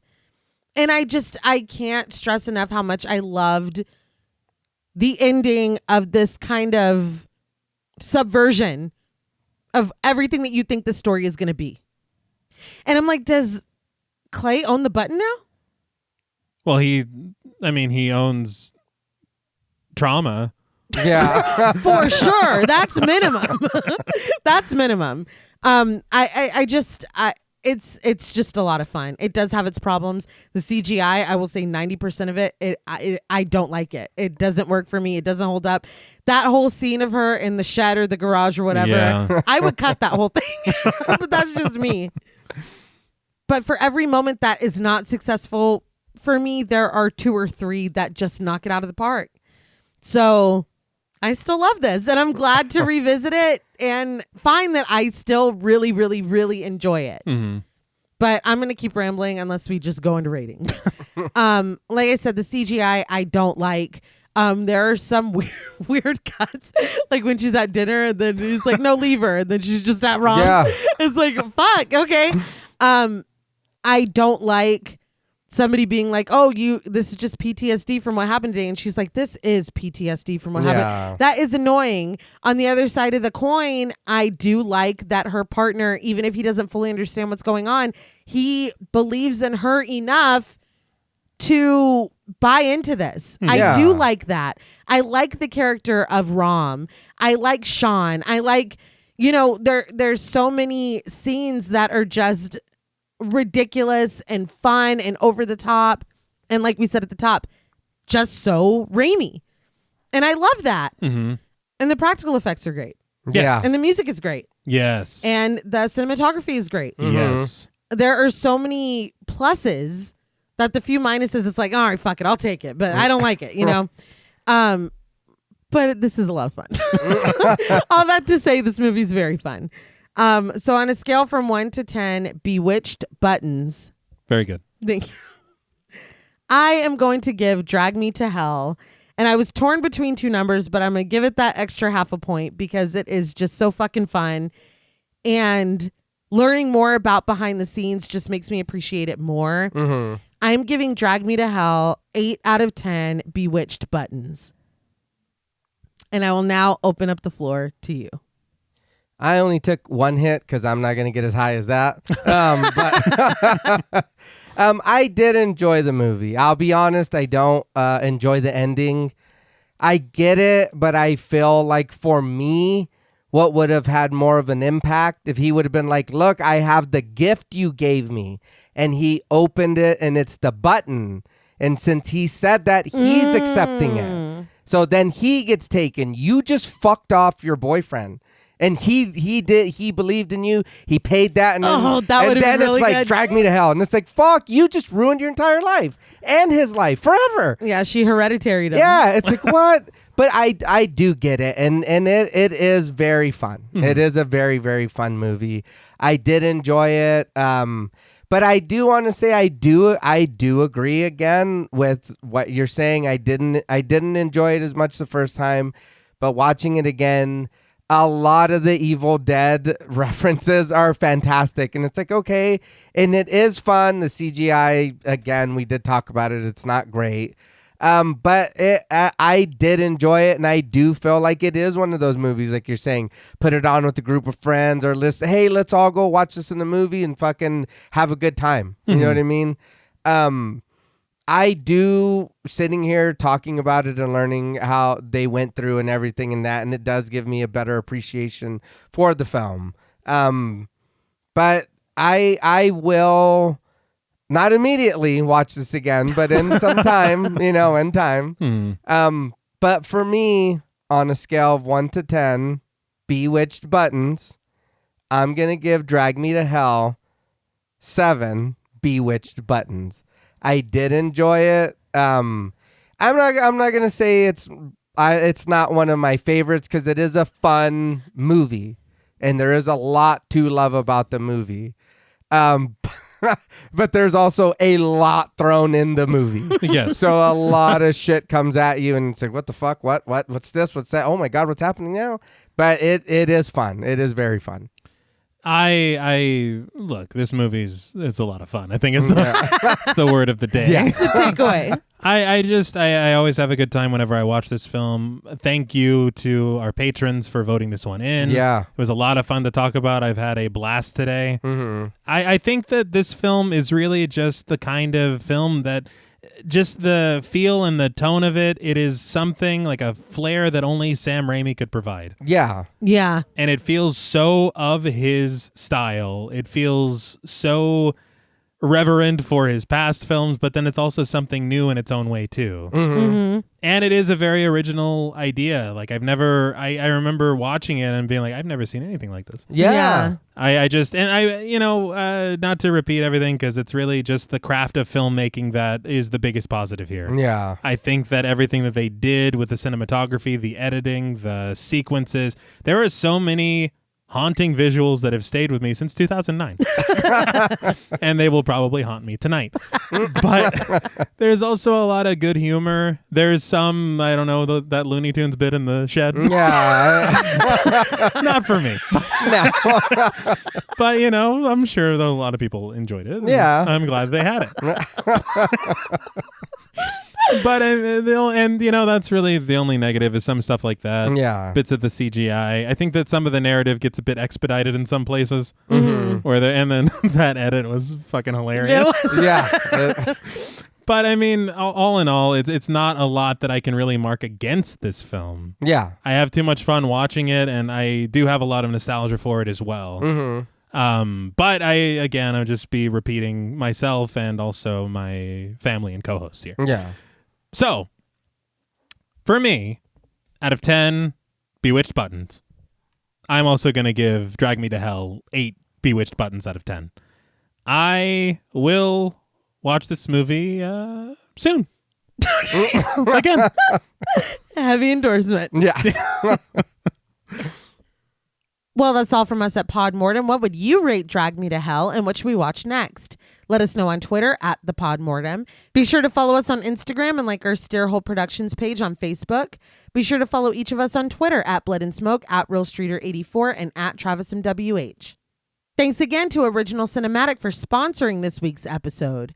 Please consider pledging to our Patreon, where you'll get bonus content like The Corner of Creep and No Sleep and Talk Mortem.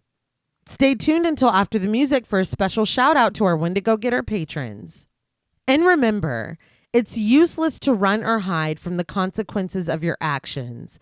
The time will come when it's time to pay what you owe. Until next time.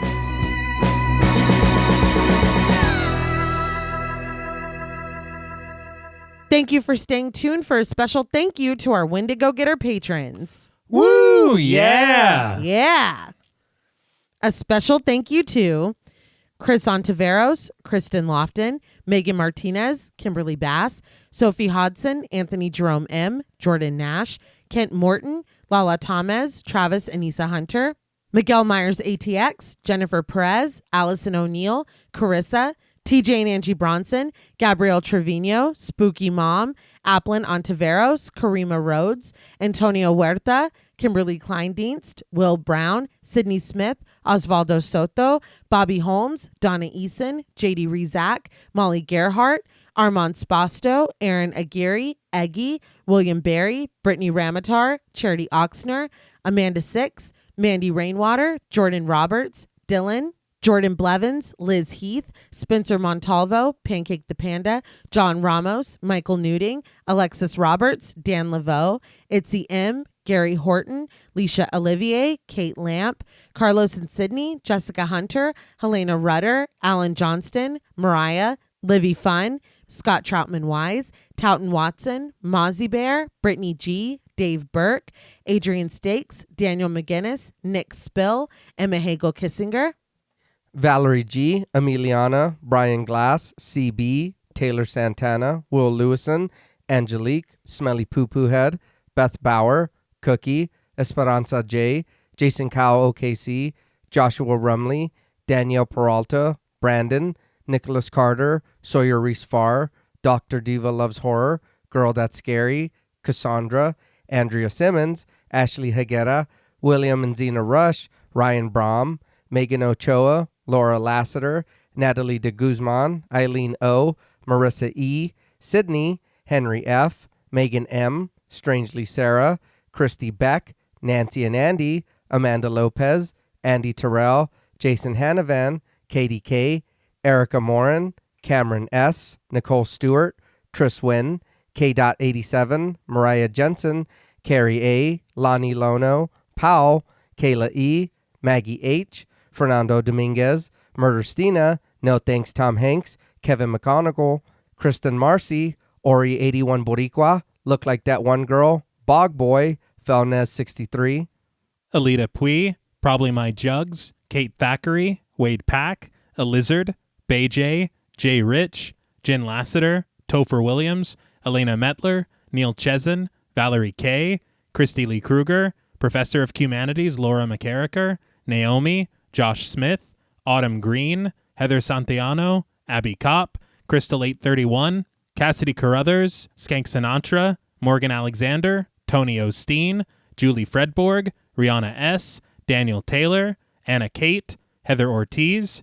Jen T., Kim H., August, Vengeance Spirit, Sam J. Green, Kelly Glazyface Mack, Jenny May, Zoe Marie, Glittery Fab, Malik Caselli Armstrong, Scarly D., Toya Shea, Katie, Martin Shaw, Star, Suzanne Vanderbeek, Tyler J., and Daniel Dickerson. Thank you all so much. Yes, thank you. Thank you so much. And if you ever question if we truly appreciate you, of course we do. Yeah. Well played. Yeah. Thank you very much. Until next time.